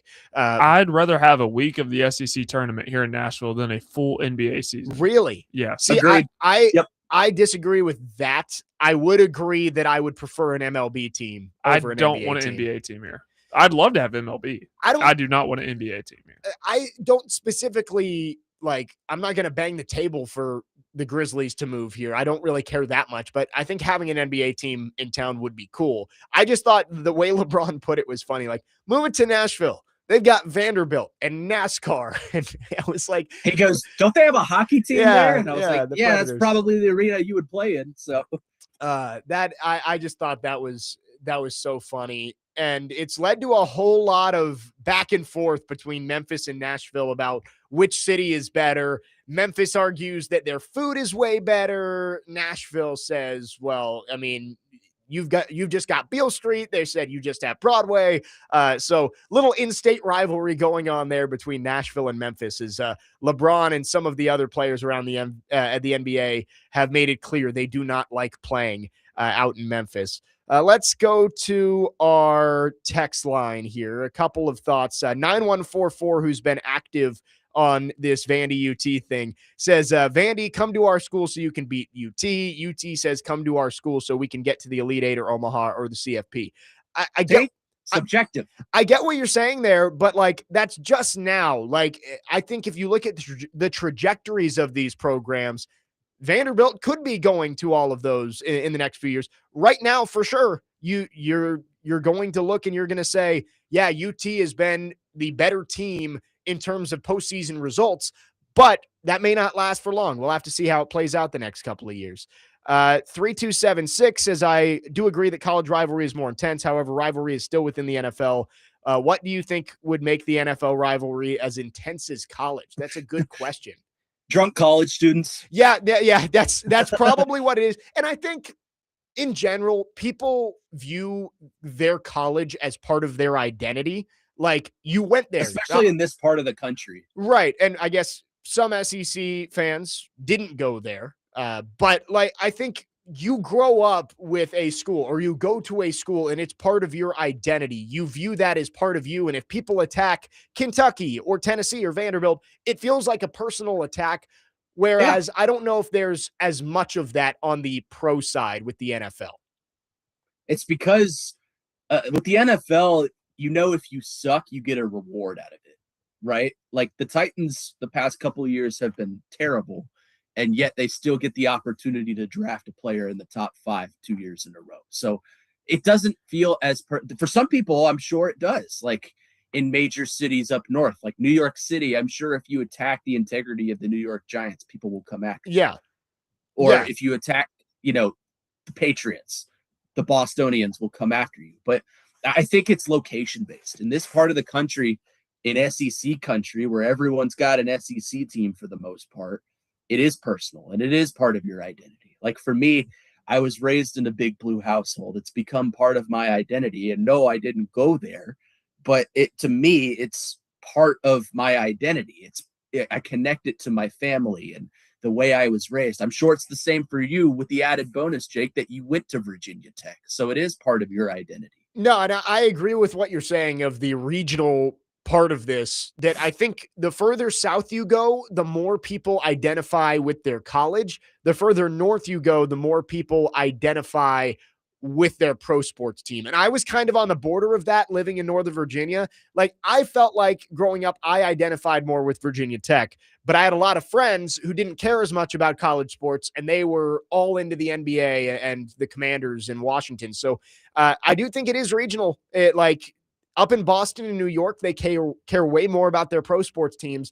Whereas down here, of course, the SEC runs it all. So I think it's a fun conversation. And 2 years, 3 years from now, we can look back and see with Tennessee and Vanderbilt, is Vanderbilt able to capitalize on what seems like an ascending trajectory that they have right now and start to get those postseason results? Or does Tennessee rebound against Vanderbilt head-to-head as the Commodores have kind of dominated that lately? 615-737-1025. That's our phone number if you want to text or call. Coming up in hour number 3, let's talk Final Four. Big games coming up tomorrow. Illinois and UConn, Arizona and Michigan for a spot in the national championship. We will get into all of it coming up in the final hour of the show, along with our Monday headlines coming up at 11:30. Jake Lyman, Connor Newt, Parker Kelly, next man up, 102.5 The Game.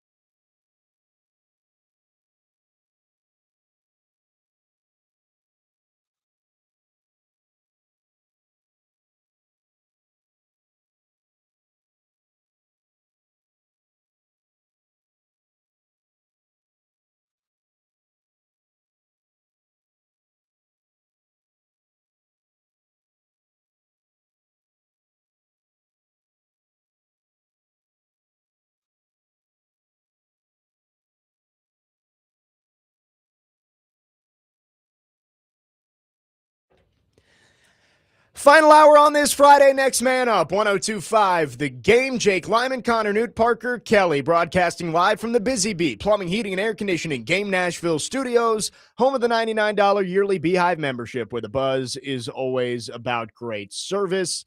Fun first 2 hours here on the show. Preds, Titans, college basketball, and let's get into the Final Four here. Two great games coming up tomorrow in Indianapolis. Illinois and UConn lead us off shortly after 5 o'clock Central Time, and then just before 8 p.m., the main attraction, the main event, Michigan, Arizona, out there in Indy. Going to be two good games, and we can start with Illinois and UConn. Illinois, I was really impressed with their run to the Final Four, especially beating Houston and the defensive performance against Houston. Already with the Cougars basically playing a home game, Illinois was able to throttle them in the Sweet 16, took care of business against Iowa in the Final Four. So Illinois, a deserving team to be here. I wonder if they have enough juice to get by Dan Hurley and UConn. Yeah, Illinois is a team that I've been kind of high on all season long.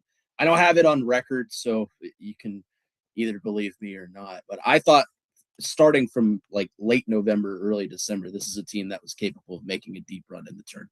And obviously they've proved me right. So they're a fun team to watch. A lot of European guys out there, which is interesting. And Keaton Wagler, who is really, really good. But they're the kind of team that can show up on any given night and beat you by 20 or lose to you by 20. They're similar to Alabama, in my opinion, in that fact. So it's a matter of, do they show up? Does the right Fighting Illini team show up and take on a pretty well-rounded UConn team? And UConn's had some time to cool down a little bit after that just outstanding finish to their game against Duke the other day. So it's a matter of which version of these two teams shows up. And if the best version of Illinois shows up, I think they're capable of beating UConn. But if they don't, then I think it's Dan Hurley back to the national championship. Yeah, and I think that's a good point that you make, that Illinois 100% capable of winning this game. And I would argue any of these four teams is capable of winning a national championship. There's nobody who should just be happy to be there. But I do think you look at Illinois and their star player is a freshman who you're relying a lot on a young player to step up in big moments. UConn has the experience. They have the coach. And I'll pick the Huskies, but I really do think that this could be a game that comes down to the wire. And I also like the point you made that UConn has had a chance to kind of calm down. That was an emotional win in the final seconds against Duke in the Elite Eight. And if that had been a Sweet 16 game and you had to turn around and play 2 days later, I would worry about there being an emotional letdown for this Huskies team. But I do think having this week off, I think they did get to go back to stores for a couple of days because they were playing in DC, so didn't have to go straight to Indianapolis. I think that hopefully will allow them to reset emotionally and be ready for tomorrow night's game. You have to wonder, I mean, you've turned on ESPN at some point throughout this week. I'm sure it's all over ESPN. You have to wonder if they're listening to the narratives being put out about them, that they're this destined team to win the national championship. No one can touch them, because that does a lot mentally for a college student. It does a lot mentally for an athlete in general, hearing people blow smoke at you and tell you you're the greatest. So look, I don't think Dan Hurley's the kind of coach to allow that to affect the locker room.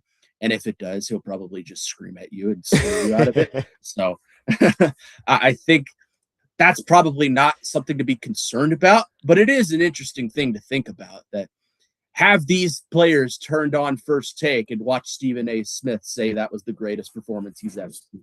I'm sure they have, because a media-driven world, in a world where you can have anything you want at the touch of a button on your phone. So I'm sure that narrative is probably in their minds. It's just a matter of, can they not let it get to their brain? And the same thing can be said for Illinois, honestly. Are they listening to the doubters? Are they listening to the people who say they can't beat UConn? Dan Hurley's won 2 national championships. He has the opportunity to go to his 3rd in 4 years. Brad Underwood is a good coach. I think he's a really good coach, actually. And I really like the way that roster is constructed. You have Keaton Wagler, who I mentioned is their best player as a freshman, but you have what is it, Momdanovich or whatever his name is. Is it Mirkovic? Yeah, Yes. they All the end in bitches. Vitch. They have a All the lot of bitches. bitches. Yes, it's like You've got Big Z. You've got Big Z's brother. You've got Peja Stojakovic's son yes. on that team. So that's a well-constructed team. And I do think this is a team that's capable of beating UConn. I'd probably pick the Huskies to win just because I think Dan Hurley has the more proven team, and I think he's the more proven coach in this matchup. But I would not be surprised if Illinois took this one down to the wire and beat them. Yeah, and I will say, just overarching big picture, no matter what happens with Dan Hurley and UConn, this is one of the more impressive 4-year stretches from a program we've seen in a while. Won the national championship as a 4 seed 3 years ago, then 2 years ago able to defend their title, which and they were in roughshod through that tournament in 2024. Last year, you didn't make it back. It's tough to do it 3 years in a row, but to retool and come back and be back in the Final Four for the third time in 4 years, what Dan Hurley has done with this team is so impressive. And UConn fans in general are just spoiled. I saw that, and the women's team does a lot of the heavy lifting here because I think that they've only missed the Final Four once since 2008.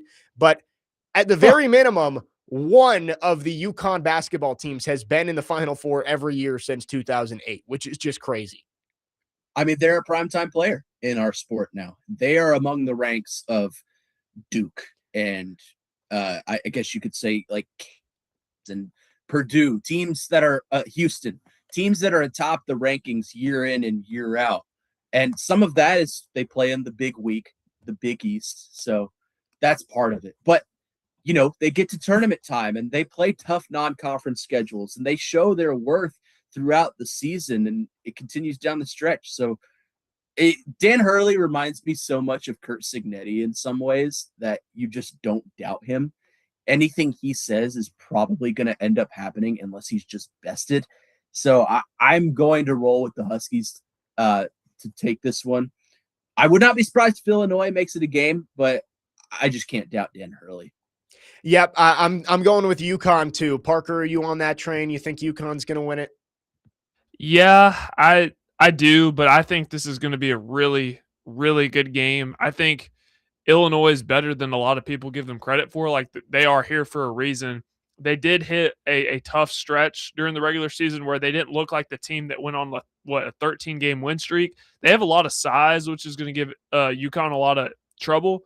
I think this is a 2 to 3 point game. I really do, but I think UConn's going to win. Going to be a fun night. That is the appetizer before the main course of Michigan and Arizona coming up tomorrow night. 2-1 seeds, maybe the two best teams all year long, squaring off for a spot in the national championship. We will preview that game coming up next. Our NCAA men's basketball tournament updates are presented by Toyota. Let's go places. Nelson's Greenbrier Distillery, Maple Street Biscuit Company, Wake Up to Wow, Thompson Machinery, and Pizzona MD. When the starting lineup at home is set, talk vasectomy with Pizzona MD in Brentwood. Visit PizzonaMD.com. Jake Lyman, Connor Newt, Parker Kelly with you. We will continue to preview the Final Four up next here on Next Man Up, 102.5 The Game.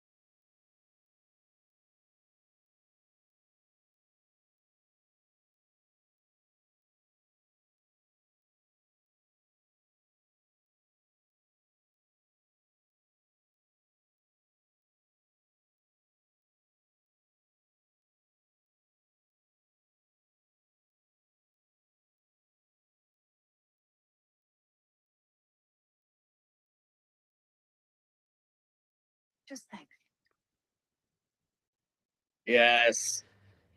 Next man up, 1025 The Game. Jake Lyman, Parker Kelly, Connor Newt with you on your Friday morning. We got a few more segments left with you.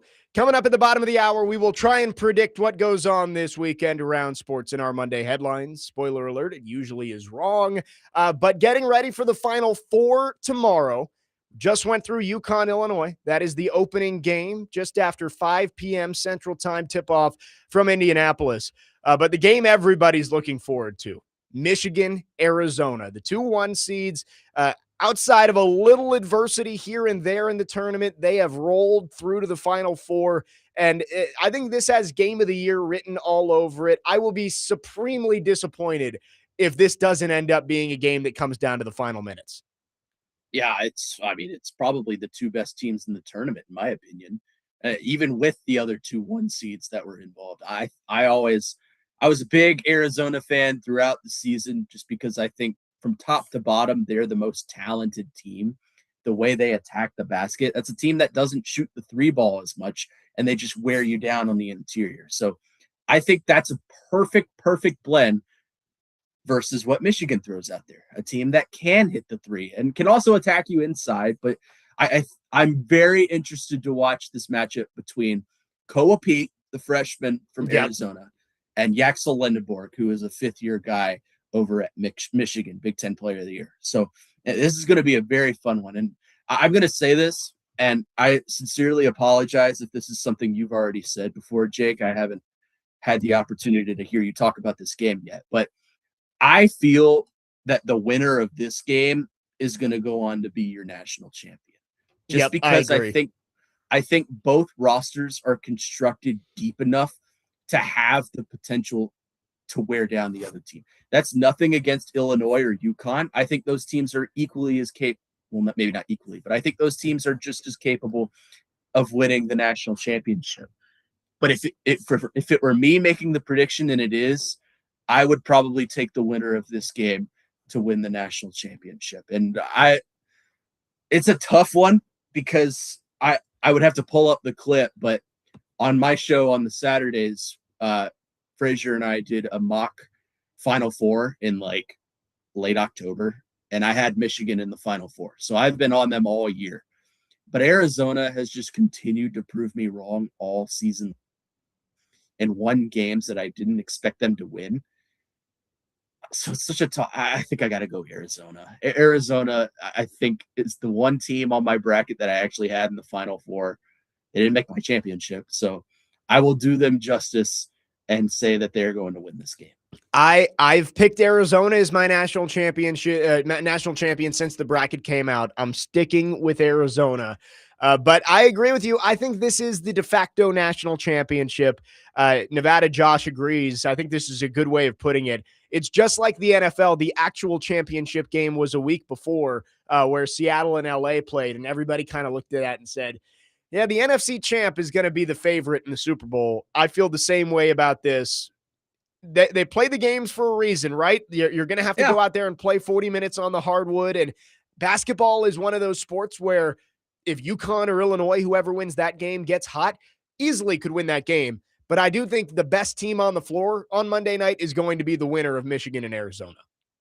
Yeah, I mean, it may be April 3rd, but it's still March in my mind. So anything could happen, but I would definitely pick one of these two teams to come out. I'm interested to see. Have you been following this story on Elliot Cadeau, who is the point guard for Michigan? Yeah. So for those who aren't familiar, after their win, what was it, Sunday against Tennessee in the Elite Eight, he tested for some like allergic reaction or something like that, and he didn't travel with the team to Indianapolis right away. He's in Indianapolis today, or he's been there for a few days now, and he is going to start.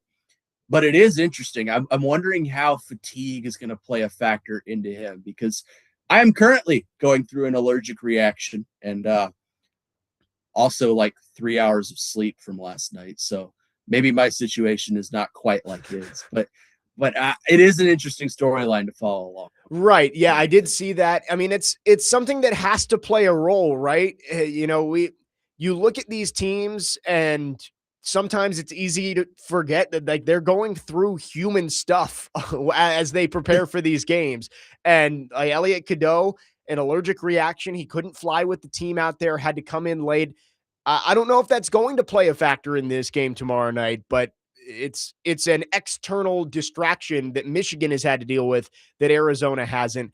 I'm going with Arizona. Connor's going with Arizona. Parker, Arizona or Michigan? Give me. I've been going back and forth on this one. I think Arizona's going to win. I think they're going to win the whole thing. Yeah, man, we did not save the graphic on either of these. I'm sorry. I really like Michigan. Give me like, Michigan. Go Big Blue. There you go. We all are on Arizona and UConn in the championship, which means we're going to get an all Big Ten team, all Big Ten national championship on Monday night. Dr. Locke will be a happy man. Yes, he would. Yes, he would. And I mean, we talked about it earlier this week. It is becoming harder to defend the SEC in the conference supremacy arguments because the Big Ten's won 3 straight in football. And yes, last year was a banner year for the SEC with 14 teams getting into the NCAA tournament in Florida, cutting down the nets.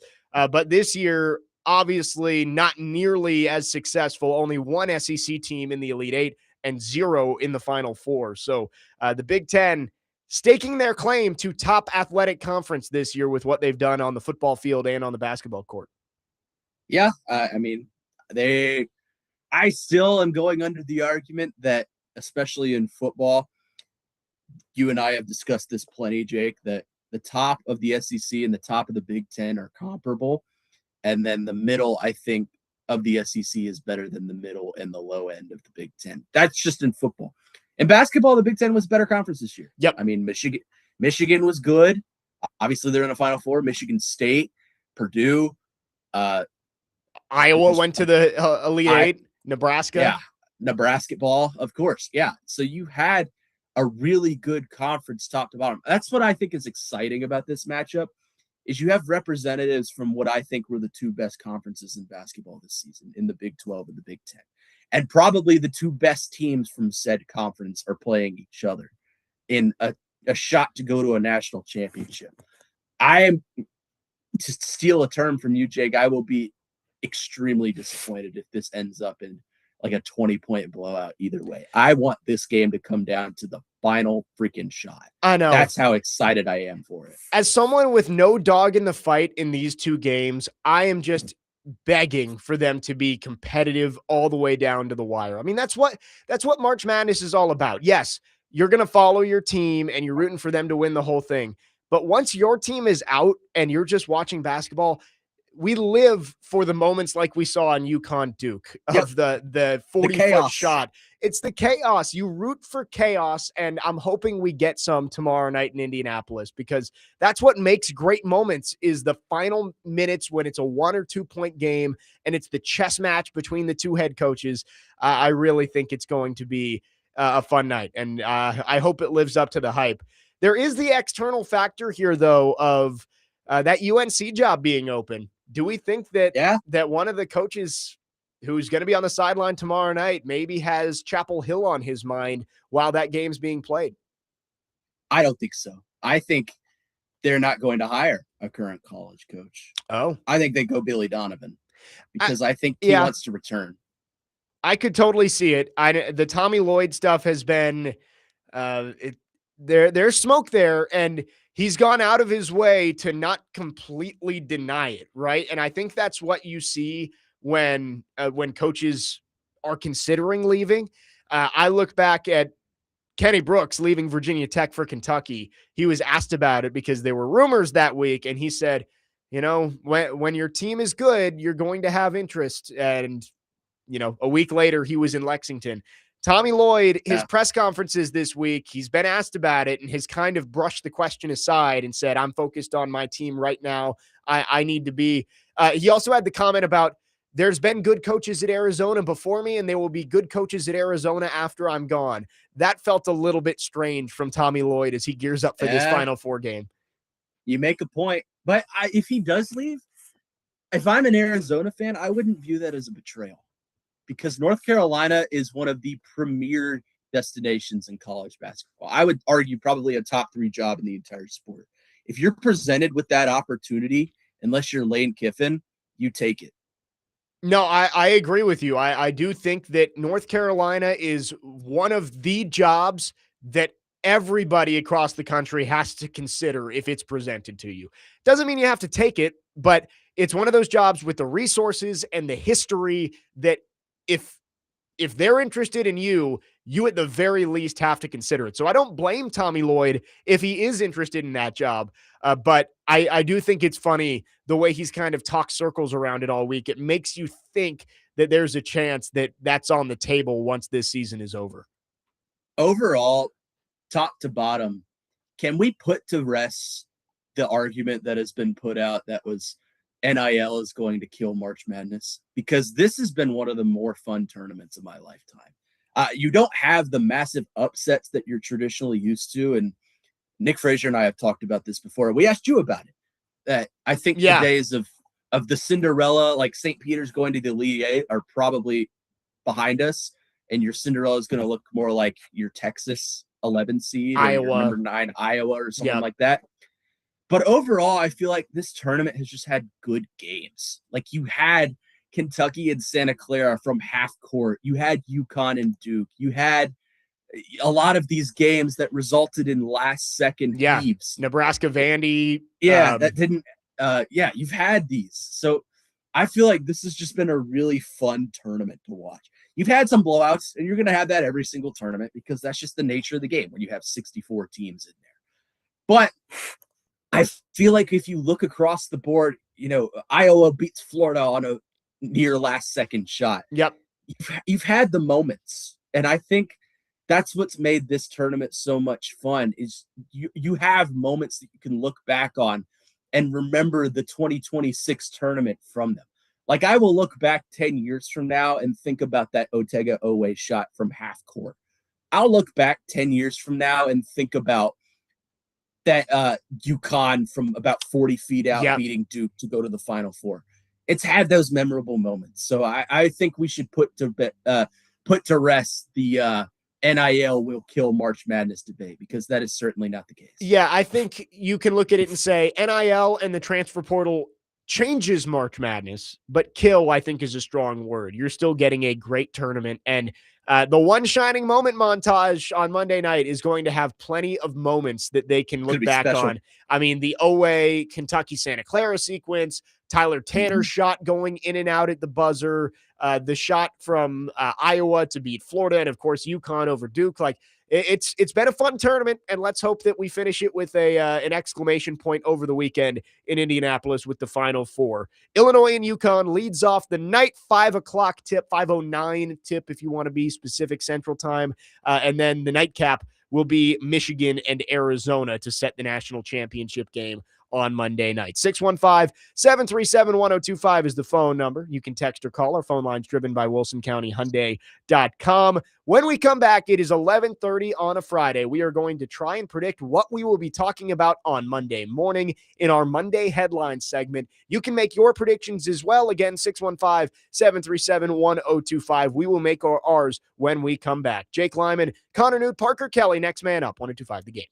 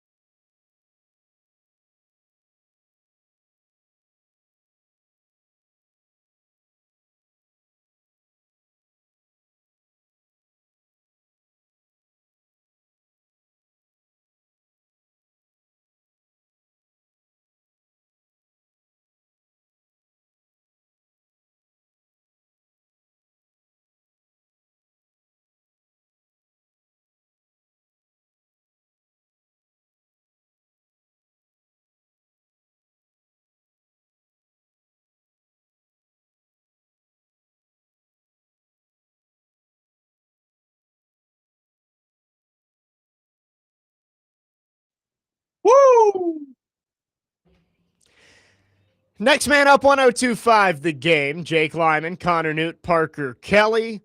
Couple more segments on your Friday morning. Chase and Big Joe are coming up at noon.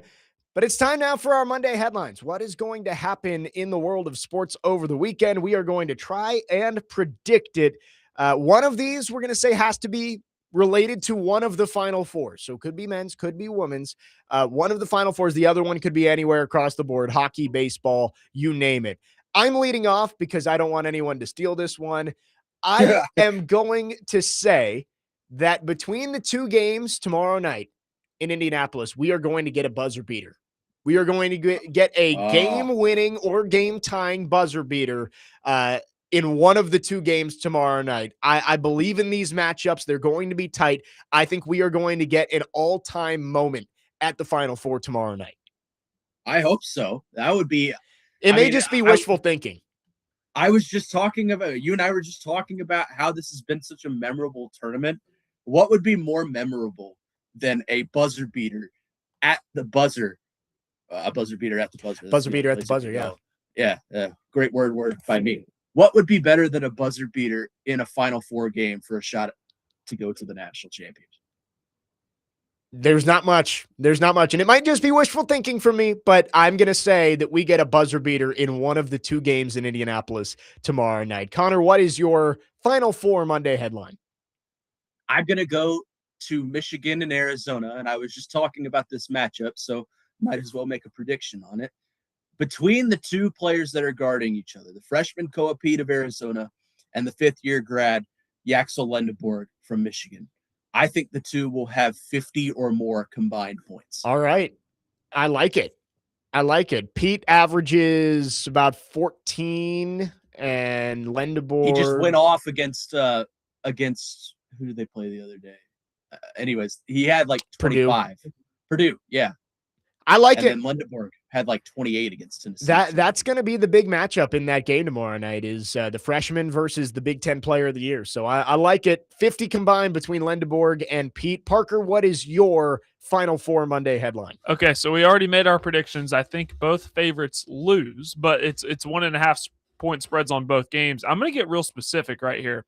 I think Keaton Wagler, the star freshman for Illinois, is going to be very limited versus UConn. I think they're going to do a good job defensively on him. He had 25 points versus Iowa in the Elite Eight. He's been averaging right under 18 points per game this year.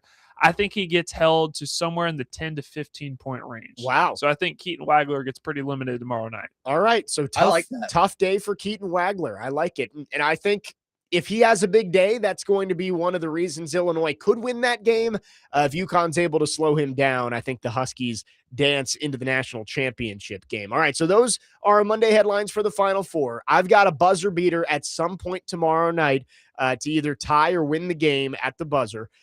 Connor going with Lendeborg and Pete to combine for 50, and Parker says it's going to be a tough day for Keaton Wagler of Illinois. We can go across the board now, and Connor, since I went first on the Final Four, you can go wherever you want with your Monday headline. Okay, I'll go to baseball, but I'll stay away from Cardinals and Tigers because I feel like that's where you're going to go. So the Pirates have just called up their number one prospect, Connor Griffin, who is just a sensational player. He's only 19. He plays his debut today. I believe they play the Boston Reds. Yeah, you might Orioles. Be right. Is it the Orioles? That's what I thought. Is it the Orioles? Yeah. I knew it was a team out. Yep. Anyways, I believe at some point in the series he's gonna homer. He had 21 homers last year across 3 minor league teams. That would be high A, double A, and of course triple A. So maybe a safe pick, but I feel like, I'm kind of heavy on the baseball right now that my team is out of the tournament. So it'll be like this until training camp gets started. I like it. I am Connor Griffin. This is one of the most highly anticipated debuts in a long time. Like you think back to some of the big debuts we've seen from prospects, Bryce Harper and Steven Strasburg when they came up with the Nationals. Trying to think Ronald Acuna. Ronald Acuna was a big one.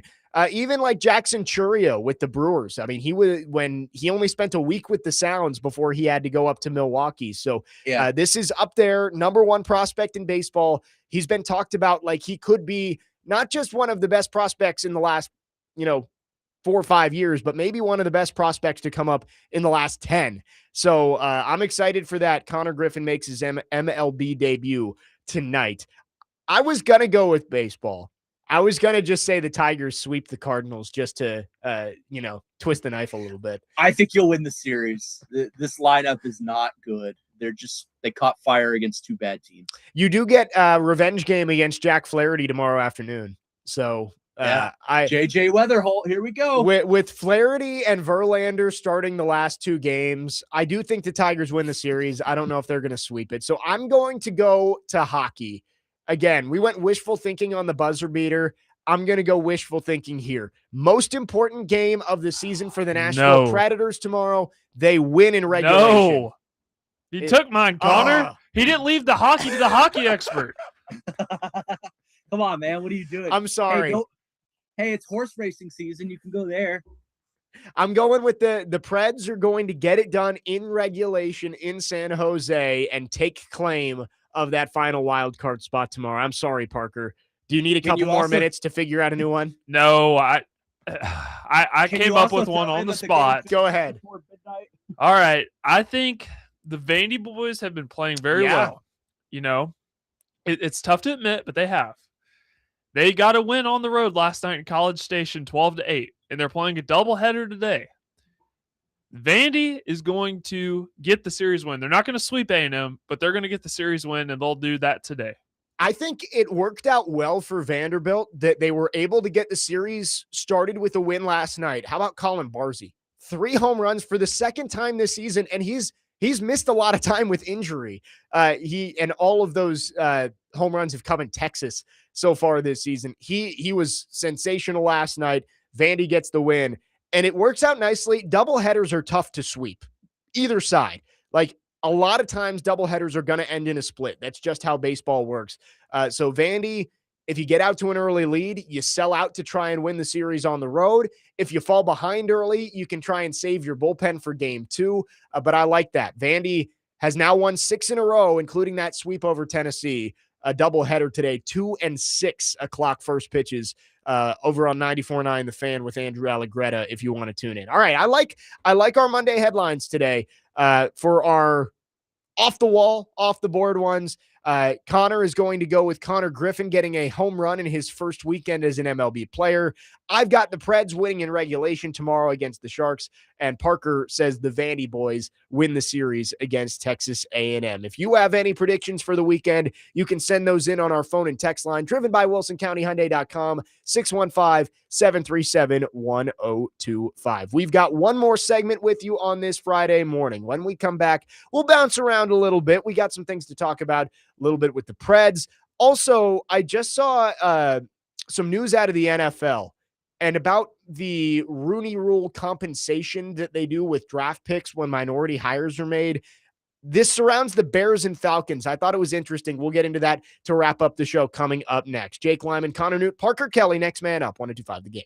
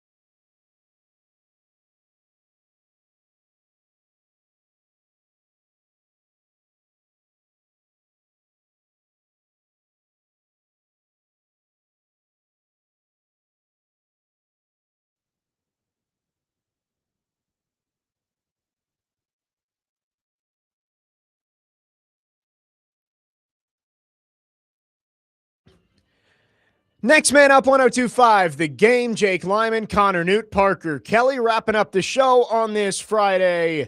Chase and Big Joe coming up after us. Again, if you tuned in today hoping to hear Max Hers from Preds Radio, usually joins us on Friday, had to shift some things around with their travel schedule. The Preds out on the West Coast, so Max will join us on Monday from 11 to 12 is the plan. So we will have all things Preds with Max coming up on Monday and a reaction to everything that goes on this weekend.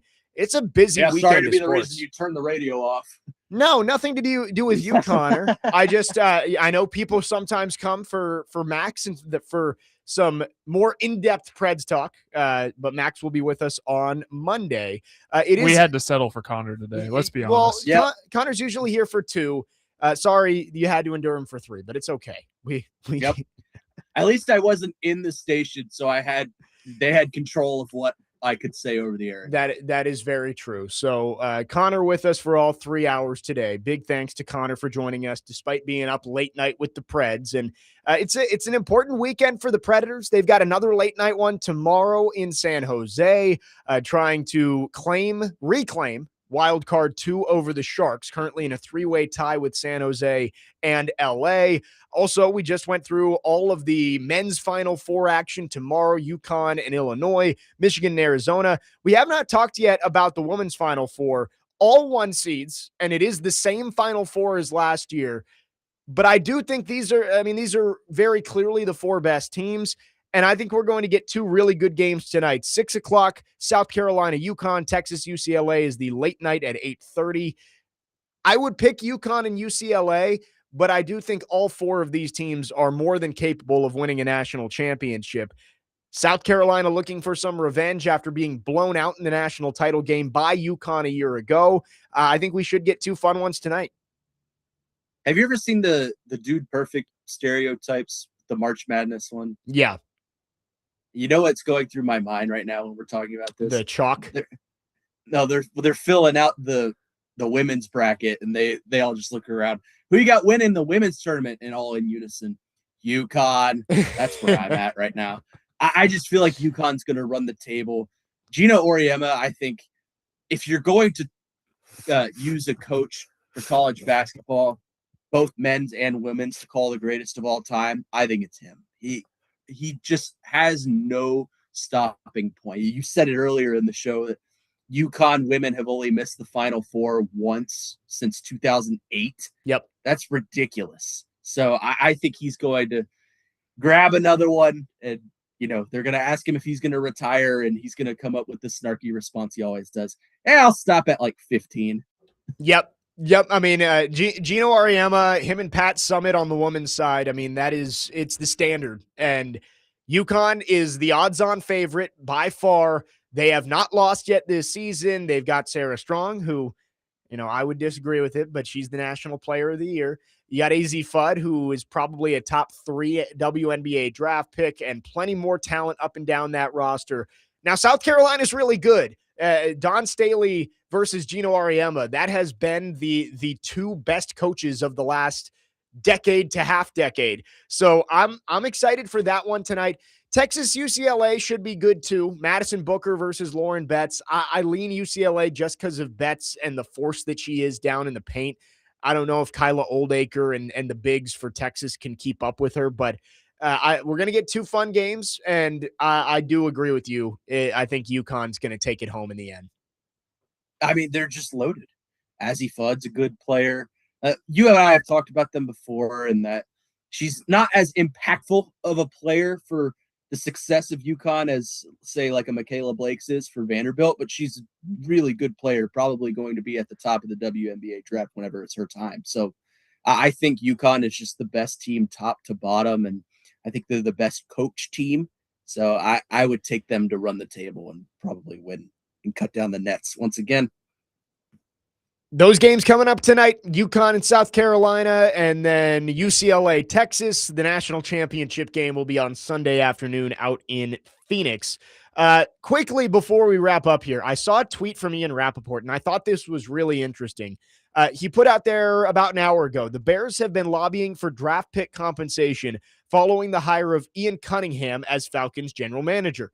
Today, the NFL responded, stating there will be no picks coming. Quote, the matter is now closed following the club's appeal. The NFL informed the Bears today they will not receive compensatory picks. The policy is designed to provide picks for the primary football executive position.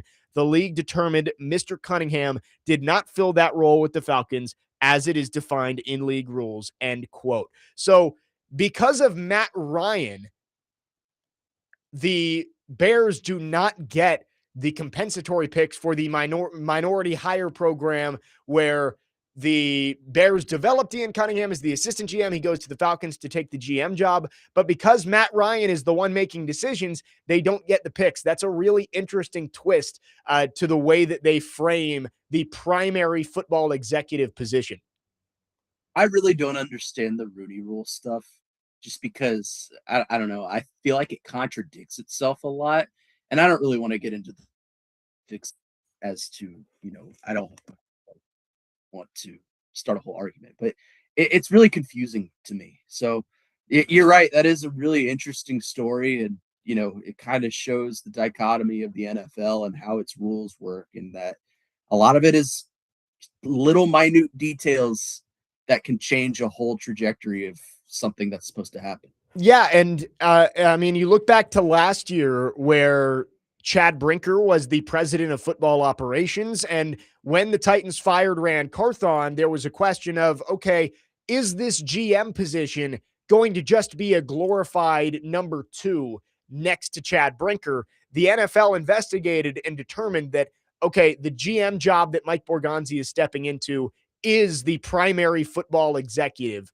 Obviously, there was no picks on the line there, but I think that's interesting that the way teams are structuring their front offices now, being the GM in one place doesn't necessarily mean the same thing as it does in another, just based on how the power structure is formatted. Yeah, it just shows that every team has a different hierarchy of how things are run. The Titans and the Falcons actually kind of run a similar hierarchy in terms of how the ownership group works. Like Arthur Blank is obviously the owner, and then you have, I think Matt Ryan is above the GM. Yes. So it is kind of similar to how the Titans were last year. It's a little bit different now this year. Obviously, they said that Borgonzi and Brinker now are equals and both report directly to Amy Adams Strunk. So right. It is a little bit similar, but it just goes to show you that every team is run a little bit differently. And like I said, one minute little detail can cost you some compensatory picks like it did with the Bears. Yep. Yeah. So the Bears appealed it, and they will not be getting those picks for the Falcons hiring Ian Cunningham. So that was something I didn't really even realize was going on, but those picks mean a lot. You look at the 49ers, they've had a lot of those, the minority development with Robert Saleh going to the Jets initially, and Rand Carthon going to the Titans, and why am I blanking? D'Amico Ryans going to the Texans. They've been able to take advantage of that system and get a lot of picks and build up what's been one of the best rosters in the NFL. So the Bears not going to be able to get those compensatory picks with the way the Falcons front office is structured. So interesting stuff there. Connor, always great having you on. Appreciate you battling through after not getting much sleep last night. We will let you get to a nap and talk to you next week. I appreciate it. I will probably be asleep in about 3 minutes, but happy Holy Friday to you, Jake. Happy Holy Friday to everyone. Happy Easter if I don't talk to you before then, but I will, because I'll be on the air tomorrow from 9 to 11. So happy Holy Week, everyone. Yes. Hope everybody has a great and safe Easter weekend. We will be back on Monday to break down the Final Four. Max Hers will join us on Monday to talk Preds and much more. Going to be a great weekend of sports. And again, a very happy Easter weekend to everybody out there. That does it for us. Chase and Big Joe are coming up next. Don't go anywhere. You're listening to 102.5 The Game.